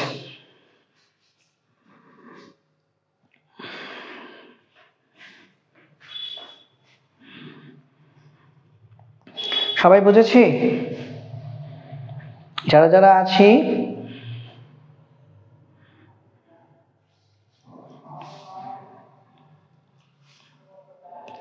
স্যার যেহেতু এইচটা বাদ, তাহলে কি ওই পরিমাণ এমটা তো কোনো কাজে আসে না? হ্যাঁ এম কাজে আসে না তো, ওই পরিমাণ এম কাজে আসে না তো, আসলে তো কাজে আসে না। এইচ বাদ মানে কি? টোটালি তো বাদ, কাজে আসে না, কোনো কাজে আসে না। ওই যে আর মাইনাস এইচ যখন লিখছি এটার সাথে যদি গুণ দাও আলটিমেটলি এমটা কমে গেছে, তো ওই জায়গার এমটা কোনো কাজে আসবে না। কারণ এই যে এই জায়গাটা তো নাই। এখন তো তুমি হিসেব করতেছো এই যে এই বিন্দুতে হিসেব করতেছো, এখন তো তুমি হিসেব করছো এই বিন্দুতে, তুমি তো অভিকর্ষের ত্বরণ এইখানে হিসেব করতেছো, তাহলে উপরের অংশটা তো বাদ। কথা কি বোঝা গেছে? উপরের অংশটা বাদ, উপরের অংশটা বাদ, উপরের অংশটা বাদ বলেই তো আর মাইনাস এইচ লিখছি। কথা কি বোঝা গেছে? আর মাইনাস এইচ তো এই কারণেই লিখছি, উপরের অংশটা বাদ চলে গেছে। হ্যাঁ আচ্ছা, বলছি আগের কেস ওইটা কাউন্ট করছেন? কোনটা কাউন্ট করছি ভাই? আমি তোমাদেরকে আগেই বলেছি ভাইয়া যে আগের কেসটা আমরা করেছি জিএম বাই আর স্কোয়ার দিয়ে, আর এটা করেছি আমরা এটা দিয়ে। এই দুইটা দিয়েই করতে হয়, ঠিক আছে? ঠিক আছে, তাহলে ওই ফর্মুলাটা দিয়ে কেন করেন নাই? সারা বছর ওই ফর্মুলা দিয়ে কেন করেন নাই? হ্যাঁ ওই ফর্মুলা দিয়ে এই ম্যাথটা করা যায় না, এই জন্য করিনি, ঠিক আছে? ওই ফর্মুলা দিয়ে আমরা মানে এটা হচ্ছে সেট করা যে আমাদের হচ্ছে ভূপৃষ্ঠ থেকে উপরের স্থানে যখন আমরা জি বের করি তখন আমাদেরকে জিএম বাই আর স্কোয়ারের সূত্র দিয়ে করতে হয়। কেন? কারণ ওখানে রো কোনো কাজে লাগে না, আর পৃথিবীর ভর ওখানে হচ্ছে আমাদের চেঞ্জ হয় না, যা আছে তাই থাকে। বাট কথা হচ্ছে ওইটার জন্য খেয়াল করো, ওটার জন্য উপরে যদি যাও পৃথিবীর ভর তো আর চেঞ্জ হচ্ছে না, কারণ উপরে যাচ্ছ। এখন ভূপৃষ্ঠ থেকে উপরে কি আর কোনো ভর আছে? আমাকে বলো, ভূপৃষ্ঠ থেকে তুমি মনে করো লাফ দিয়ে তুমি 2 হাত উপরে গেলা, ওই 2 হাত জুড়ে কি পৃথিবীর কোনো ভর আছে? তাহলে তুমি ভূপৃষ্ঠে থাকলে পৃথিবীর ভর যত, তুমি 2 হাত উপরে থাকলেও পৃথিবীর ভর কত? তত, ভূপৃষ্ঠ থেকে উপরে গেলে। এখন কথা হচ্ছে কিন্তু যখন তুমি ভূপৃষ্ঠ থেকে নিচে যাচ্ছ তখন তো তুমি এই অংশটা তুমি কি করতেছো? এই অংশটা তুমি বাদ দিয়ে যাচ্ছ, এই অংশটা তুমি বাদ দিয়ে যাচ্ছ। ভূপৃষ্ঠ থেকে যখন নিচে যাব তখন কিন্তু আমি পৃথিবীর মাটি কেটে কেটে যাচ্ছি, কথাটা বুঝো। ভূপৃষ্ঠ থেকে যখন নিচে যাচ্ছি তখন কিন্তু মাটি কেটে কেটে নিচে যাচ্ছি, তাহলে মাটি কেটে কেটে তুমি যদি নিচে যাও তাহলে এই মাটির ভরটা কি আর কাউন্ট হবে? কাউন্ট হবে না। বাট উপরে যখন যাচ্ছ তখন তো উপরে কোনো মাটি নাই ভাইয়া, উপরে তো মাটি পানি কিছু নেই। ভূপৃষ্ঠ থেকে উপরে গেলে কি পৃথিবীর কোনো কিছু আছে? পৃথিবীর ভর জাতীয় কিছু আছে? নাই। তার মানে ভূপৃষ্ঠ থেকে যখন উপরে যাও, ভূপৃষ্ঠ থেকে তুমি যতই উপরে যাও পৃথিবীর ভর ততই থাকবে। বাট ভূপৃষ্ঠ থেকে তুমি যদি নিচের দিকে যাও তাহলে হচ্ছে যত নিচে যাবা, যতটুকু নিচে গেছো ওই জায়গাটা বাদ দিয়ে দিতে হবে। এখন আমাকে বলো তোমরা বুঝছো কিনা, এখন বলো বুঝছো কিনা, এখন বলো বুঝছো কিনা যে আমি যখন উপরে যাচ্ছি, আমি যখন ভূপৃষ্ঠ থেকে যখন উপরে যাচ্ছি তখন ভূপৃষ্ঠ কোনো কিছু নিয়ে যাচ্ছি না, এই কারণে কোনো কিছু বাদ যাবে না। বাট ভূপৃষ্ঠ থেকে যখন নিচে নামছি তখন আমি যখন নিচে নামছি তখন হচ্ছে আমি ভূপৃষ্ঠ থেকে এই জিনিসগুলো বাদ দিয়ে যাচ্ছি। তাহলে এই যে এতটুকু নিচে গেছি তাহলে এতটুকু পর্যন্ত জিনিস বাদ পড়বে। কথা কি বুঝতে পারছো? এইটাই কারণ দ্বিতীয়টা আমার এই সূত্র দিয়ে করা হয় আর প্রথমটা আগের সূত্র দিয়ে করা হয়। ঠিক আছে, আশা করি বুঝতে পেরেছো। যারা যারা কোয়েশ্চেনটা করেছো, সাব্বির আহমেদ তারপর সারা, বুঝেছো কিনা আমাকে একটু বলো, অথবা অন্য কোনো কোয়েশ্চেন আছে কিনা সেটা থাকলেও করো। ঠিক আছে, কিন্তু আমার কথা হচ্ছে পুরো কনসেপ্টটা ক্লাসে ক্লিয়ার করে যাও, পুরো কনসেপ্টটা ক্লাসে ক্লিয়ার করে যাও। ঠিক আছে, ওকে। আমাকে বলো তোমরা যে এই জায়গাটা, এই যে বললাম যে আমি যখন ভূপৃষ্ঠ থেকে যখন উপরের দিকে যাচ্ছি তখন হচ্ছে আমি ভূপৃষ্ঠ থেকে কিছু নিয়ে যাচ্ছি না, তার মানে তখন ভূপৃষ্ঠের ভর এমই থাকবে, যত উপরে যাও ভূপৃষ্ঠের ভর এম। বাট আমি যখন ভূপৃষ্ঠ থেকে যখন নিচে যাচ্ছি তখন বস্তুটা কি অনেক, এই যে এই জায়গাটা চলে গেছে, তাহলে এই জায়গায় এখানে ছিল বস্তুটা, এখন আসছে এই আঙ্গুলে, তাহলে এতটুক জায়গা পর্যন্ত সে কি করছে, নিয়ে নিচে নামছে। তার মানে কি এখন আর উপরের জায়গায় তো তার কোনো আকর্ষণ কাজ করতেছে না, সেইখানে তো পৃথিবীর কেন্দ্র তাকে আকর্ষণ করবে এই দূরত্বে। এখন কিন্তু আর পৃথিবীর কেন্দ্র তাকে উপর পর্যন্ত আকর্ষণ করতেছে না, আর যখন উপরে যাচ্ছে তখন পৃথিবী তাকে আকর্ষণ করতেছে উপরে, তার মানে পুরো পৃথিবীর কেন্দ্র থেকে ভূপৃষ্ঠ পর্যন্ত পুরো দূরত্বটাই কিন্তু ভেদ করে আকর্ষণটা যাচ্ছে। তাহলে যখন উপরের দিকে যাচ্ছ তুমি তখন পৃথিবীর কেন্দ্র থেকে আকর্ষণটা সবসময় ভূপৃষ্ঠ পার হয়ে যাচ্ছে, তার মানে পুরো পৃথিবীর কেন্দ্র থেকে ভূপৃষ্ঠ পর্যন্ত পুরো মাটির ভরটাই বা পুরো পৃথিবীর ঘনত্বটাই তোমাকে নিয়ে কাজ করতে হবে, তখন পৃথিবীর ভর পুরোটা ধরতেছো। আর তুমি যখন নিচের দিকে নামতেছো তখন তুমি এই যে এই পুরো অংশটা কিন্তু তুমি বাদ দিয়ে যাচ্ছ, তখন কিন্তু তোমার পৃথিবীর কেন্দ্র তোমাকে আকর্ষণ করতেছে এতটুকু দূরত্বে, বাকি দূরত্বে তো আকর্ষণ করার সুযোগ নাই, কারণ তুমি তো এর থেকে উপরে নাই, তুমি আছোই এখানে। তো তুমি যদি এখানে থাকো তোমাকে এখানে আকর্ষণ করবে কিভাবে? তো তোমাকে যতটুক পর্যন্ত আকর্ষণ করতে পারবে ততটুক জায়গার ভর নিয়েই কাজ করতে হবে। এই কারণে যখন ভূপৃষ্ঠ থেকে যখন নিচে যখন নামে তখন হচ্ছে আমাদের এম এর মানটা কমে যায়। এখন আমাকে বলো সবাই বুঝতে পেরেছো কিনা? আচ্ছা, আবার সাব্বির বলছো যেহেতু এমটা অনেক বড় তাহলে অসীম থেকে কিছু বাদ দিলে ওইটা কেন কাউন্ট করবো? ভাইয়া অসীম থেকে তোমারে বাদ দিলে কাউন্ট হবে না, বাট এই জায়গাটা কি কম? পৃথিবীর কেন্দ্র থেকে এই দূরত্বটা মনে করো, পৃথিবীর কেন্দ্র থেকে এই দূরত্বটা মনে করো তোমার 6400 কিলোমিটার, এখন তুমি নিচের দিকে গেছো মনে করো মোটামুটি ধরো 500 কিলোমিটার, তাহলে 6400 থেকে তুমি 500 বিয়োগ করবা না? আমার কথা কি বুঝছো? তুমি 10,000 কোটি থেকে তুমি 1 টাকা বিয়োগ করবা না, কিন্তু 10,000 কোটি টাকা থেকে তুমি কি 1 কোটি টাকা যদি কমে যায় ওটা তুমি বলবা কি বলবা না আমাকে বলো? পৃথিবীর ভর অসীম এটা তোমার কে বলছে? 1 নাম্বার কথা, পৃথিবীর ভর ভাইয়া অসীম না, পৃথিবীর ভর 6 × 10⁻24 কেজি, এটার একটা মান আছে, এটা একটা সসীম মান আছে। পৃথিবীর ভর অসীম না, সূর্যের ভর অসীম না, 2 × 10⁻30 কেজি, এগুলো তো অসীম না, এগুলো তো কাউন্ট করা যায়। অসীম কোনটা রে ভাই? যেটা ইনফিনিটি। অসীম, অসীমের হিসাবে আলাদা। এখানে তো পৃথিবীর ভর থেকে তুমি প্রায় ভালো মানের একটা ভর বিয়োগ করতেছো, এই জন্য বিয়োগ করা যাবে। ঠিক আছে, তো এখন আমি আশা করি বুঝতে পেরেছো। এরপরও তুমি তর্কের খাতিরে যদি ভাই প্রশ্ন করতে থাকো করতে পারো, সমস্যা নাই, বাট হচ্ছে এটাই হচ্ছে মানে তুমি বলছো পৃথিবীর ভর অসীম, বাট পৃথিবীর ভর তো অসীম না, পৃথিবীর ভর আছে কত? 6 × 10⁻24 কেজি, এবং এটা থেকে এই মানটা যথেষ্ট মানে যথেষ্ট পরিমাণ বেশি, চিত্র দেখেও বোঝা যাচ্ছে, তাই না? ঠিক আছে, চিত্র দেখেও বোঝা যাচ্ছে এই মানটা অনেক বেশি। ঠিক আছে, তো পৃথিবীর মান অসীম, হ্যাঁ এখন ক্লিয়ার হয়েছে। ঠিক আছে সাব্বির, পৃথিবীর মান অসীম, পৃথিবীর ভর অসীম, এটা ভুল কনসেপ্ট। পৃথিবীর ভর অসীম না, আমি কোথাও লিখি নাই পৃথিবীর ভর এম, আমি কোথাও লিখি নাই বা কোথাও দেখবা না m = ইনফিনিটি, m = ইনফিনিটি না, m = 6 × 10⁻24 কেজি, এটা তো একটা সসীম মান, এটা তো অসীম মান না। ঠিক আছে, এটা অসীম না, এটা অসীম না, এটা সসীম। হ্যাঁ, এবং সূর্যের ভর কত? সূর্যের ভর হচ্ছে 2 × 10⁻30 কেজি, ওটাও কিন্তু আমাদের অসীম না। তো আমাদের আজকে লাস্ট কনসেপ্টটাতে চলো আমরা চলে যাই। লাস্ট কনসেপ্টটাতে আমাদেরকে কি বলেছে? ভূপৃষ্ঠ হতে কত গভীরতায় নামলে কত গভীরতায় নামলে কোনো বস্তুর ওজন 1/3 হবে। হ্যাঁ, আরো যদি কারো কোনো কোয়েশ্চেন থাকে একটু করো ভাইয়া, যদি পারি অবশ্যই উত্তর দেওয়ার চেষ্টা করবো, না পারলে বাসায় পড়াশোনা করতে হবে, নেক্সট ক্লাসে আবার জানাবো। এই তো, এত কিছু না। দেখো, ভূপৃষ্ঠতে কত গভীরতায় নামলে কোনো বস্তুর ওজন 1/3 হবে। সেম ম্যাথ না, আগে ছিল কত উচ্চতায়, এখন বলছে কত গভীরতায়। এটা আমি করে দিই, যদি এটা বাড়ি কাজ দিয়ে দেওয়া উচিত, বাট তাও দেখাই দিই। ধরি এইচ গভীরতায়, গভীরতাটা কি এইচ, ধরি এইচ গভীরতায় ওজন, গভীরতা মানে কি W down equal two W/3। তাহলে এখান থেকে আমরা লিখতে পারি বা g down equal to G/3। তাহলে আমরা ফাইনালি কি পাই, জি ডাউন বাই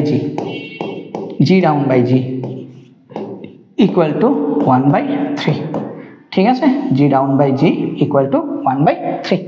ওকে, আচ্ছা এখন আমরা কি জানি, আমরা মাত্র পড়লাম g down by g equal to 1 minus H/R, নাকি? G down by g down divided by g equal to 1 minus H/R। তাহলে এখান থেকে আমরা H বের করবো, নাকি? উদ্দেশ্য কি H বের করা। তাহলে জি ডাউন বাই জি সমান কত, 1/3 ইকুয়াল টু 1 মাইনাস H/R। এটা খুবই সহজ, মানে নিম্নতর স্থানের সূত্রটা আমার কাছে সবসময় সহজ লাগে। কেন বলতো? কারণ উচ্চতর স্থানের সূত্রে আমাদের ওই রুট টুট করতে হয়, ঝামেলা হয়ে যায়, স্কোয়ার আছে, বাট নিম্নতর স্থানের সূত্রে কোনো স্কোয়ার টোয়ার নাই, সহজে করে ফেলা যায়। এটা আমার কাছে সবসময় সহজ লাগে। তাহলে দেখো, এটা সমান আমরা কি লিখতে পারি, H বের করবো। তাহলে H/R এই পাশে নিয়ে আসো, এখানে আগে থেকেই 1 আছে, 1/3 এই পাশে আসলে মাইনাস হয়ে যাবে। তাহলে এখান থেকে আমরা লিখতে পারি বা H/R লসাগু যদি করো 3 - 1, তবে 2/3। তাহলে সুতরাং H ইকুয়াল টু কত, 2/3R। তো 2/3R সমান কত বলো, 2/3 ইন্টু R। তো 2/3 ইন্টু R সমান কত, H ইকুয়াল টু 2/3, R এর মান হচ্ছে 6400 কিলোমিটার। তো হিসাব করলে আমাদের H কত আসবে, H আসবে আমাদের অলরেডি আনসার চলে আসছে, আমাদের ঐশ্বর্য আনসার দিয়ে ফেলছে, অর্পা আনসার দিয়ে ফেলছে। তো 2/3 ইন্টু 6400 আনসার আসবে আমাদের 4266.67 কিলোমিটার। তার মানে আমি যদি যেখানে আমি আছি সেখান থেকে যদি মাটি খুঁড়ে যদি 4266.67 কিলোমিটার নিচে যদি যেতে পারি, তাহলে আমার ওজন এখন যা আছে তার 1/3 হবে। হ্যাঁ, ওজন বলতে তো আবার তোমরা অনেক সময় মিসকনসেপশনে ভোগো যে তোমার ওজন বোধহয় 60 কেজি। মোটাও তাই না, 60 কেজি হচ্ছে তোমার ভর, আর 70 কেজি হচ্ছে তোমার ভর।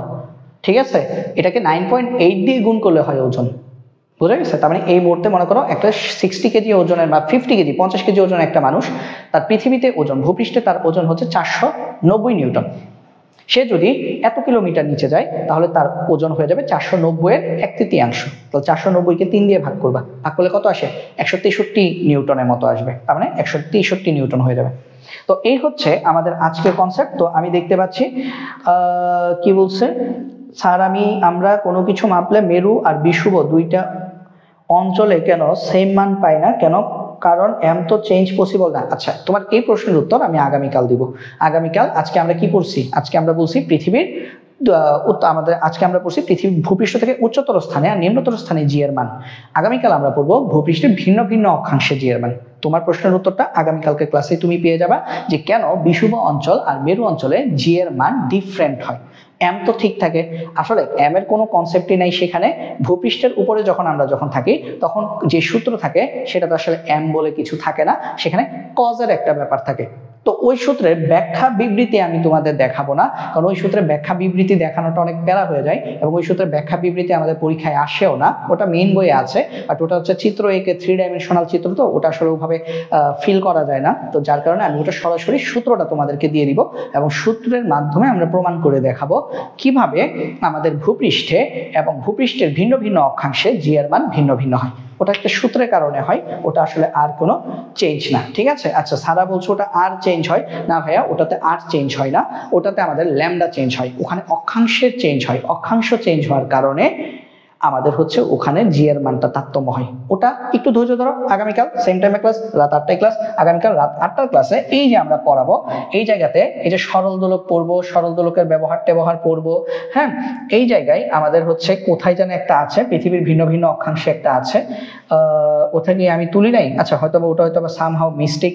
এই যে ভিন্ন অক্ষাংশে ঘূর্ণনজনিত কারণে জি এর তারতম্য, এই টপিকটা আগামীকাল যখন পড়বো, আগামীকাল প্রথমে আমরা সরল দোলক টোলক পড়ে ফেলবো, তারপরে যখন ভিন্ন ভিন্ন অক্ষাংশে ঘূর্ণনজনিত কারণে জি এর তারতম্য যখন পড়বো, এই জায়গাতে আমরা ওই জিনিসটা দেখবো যে কেন বিষুব অঞ্চলে জি এর মান একরকম হয়, কেন মেরু অঞ্চলে জি এর মান আরেক রকম হয়। ঠিক আছে ভাই, এই জিনিসটা রেখেছি তোমাদের জন্য। ঠিক আছে, হ্যাঁ।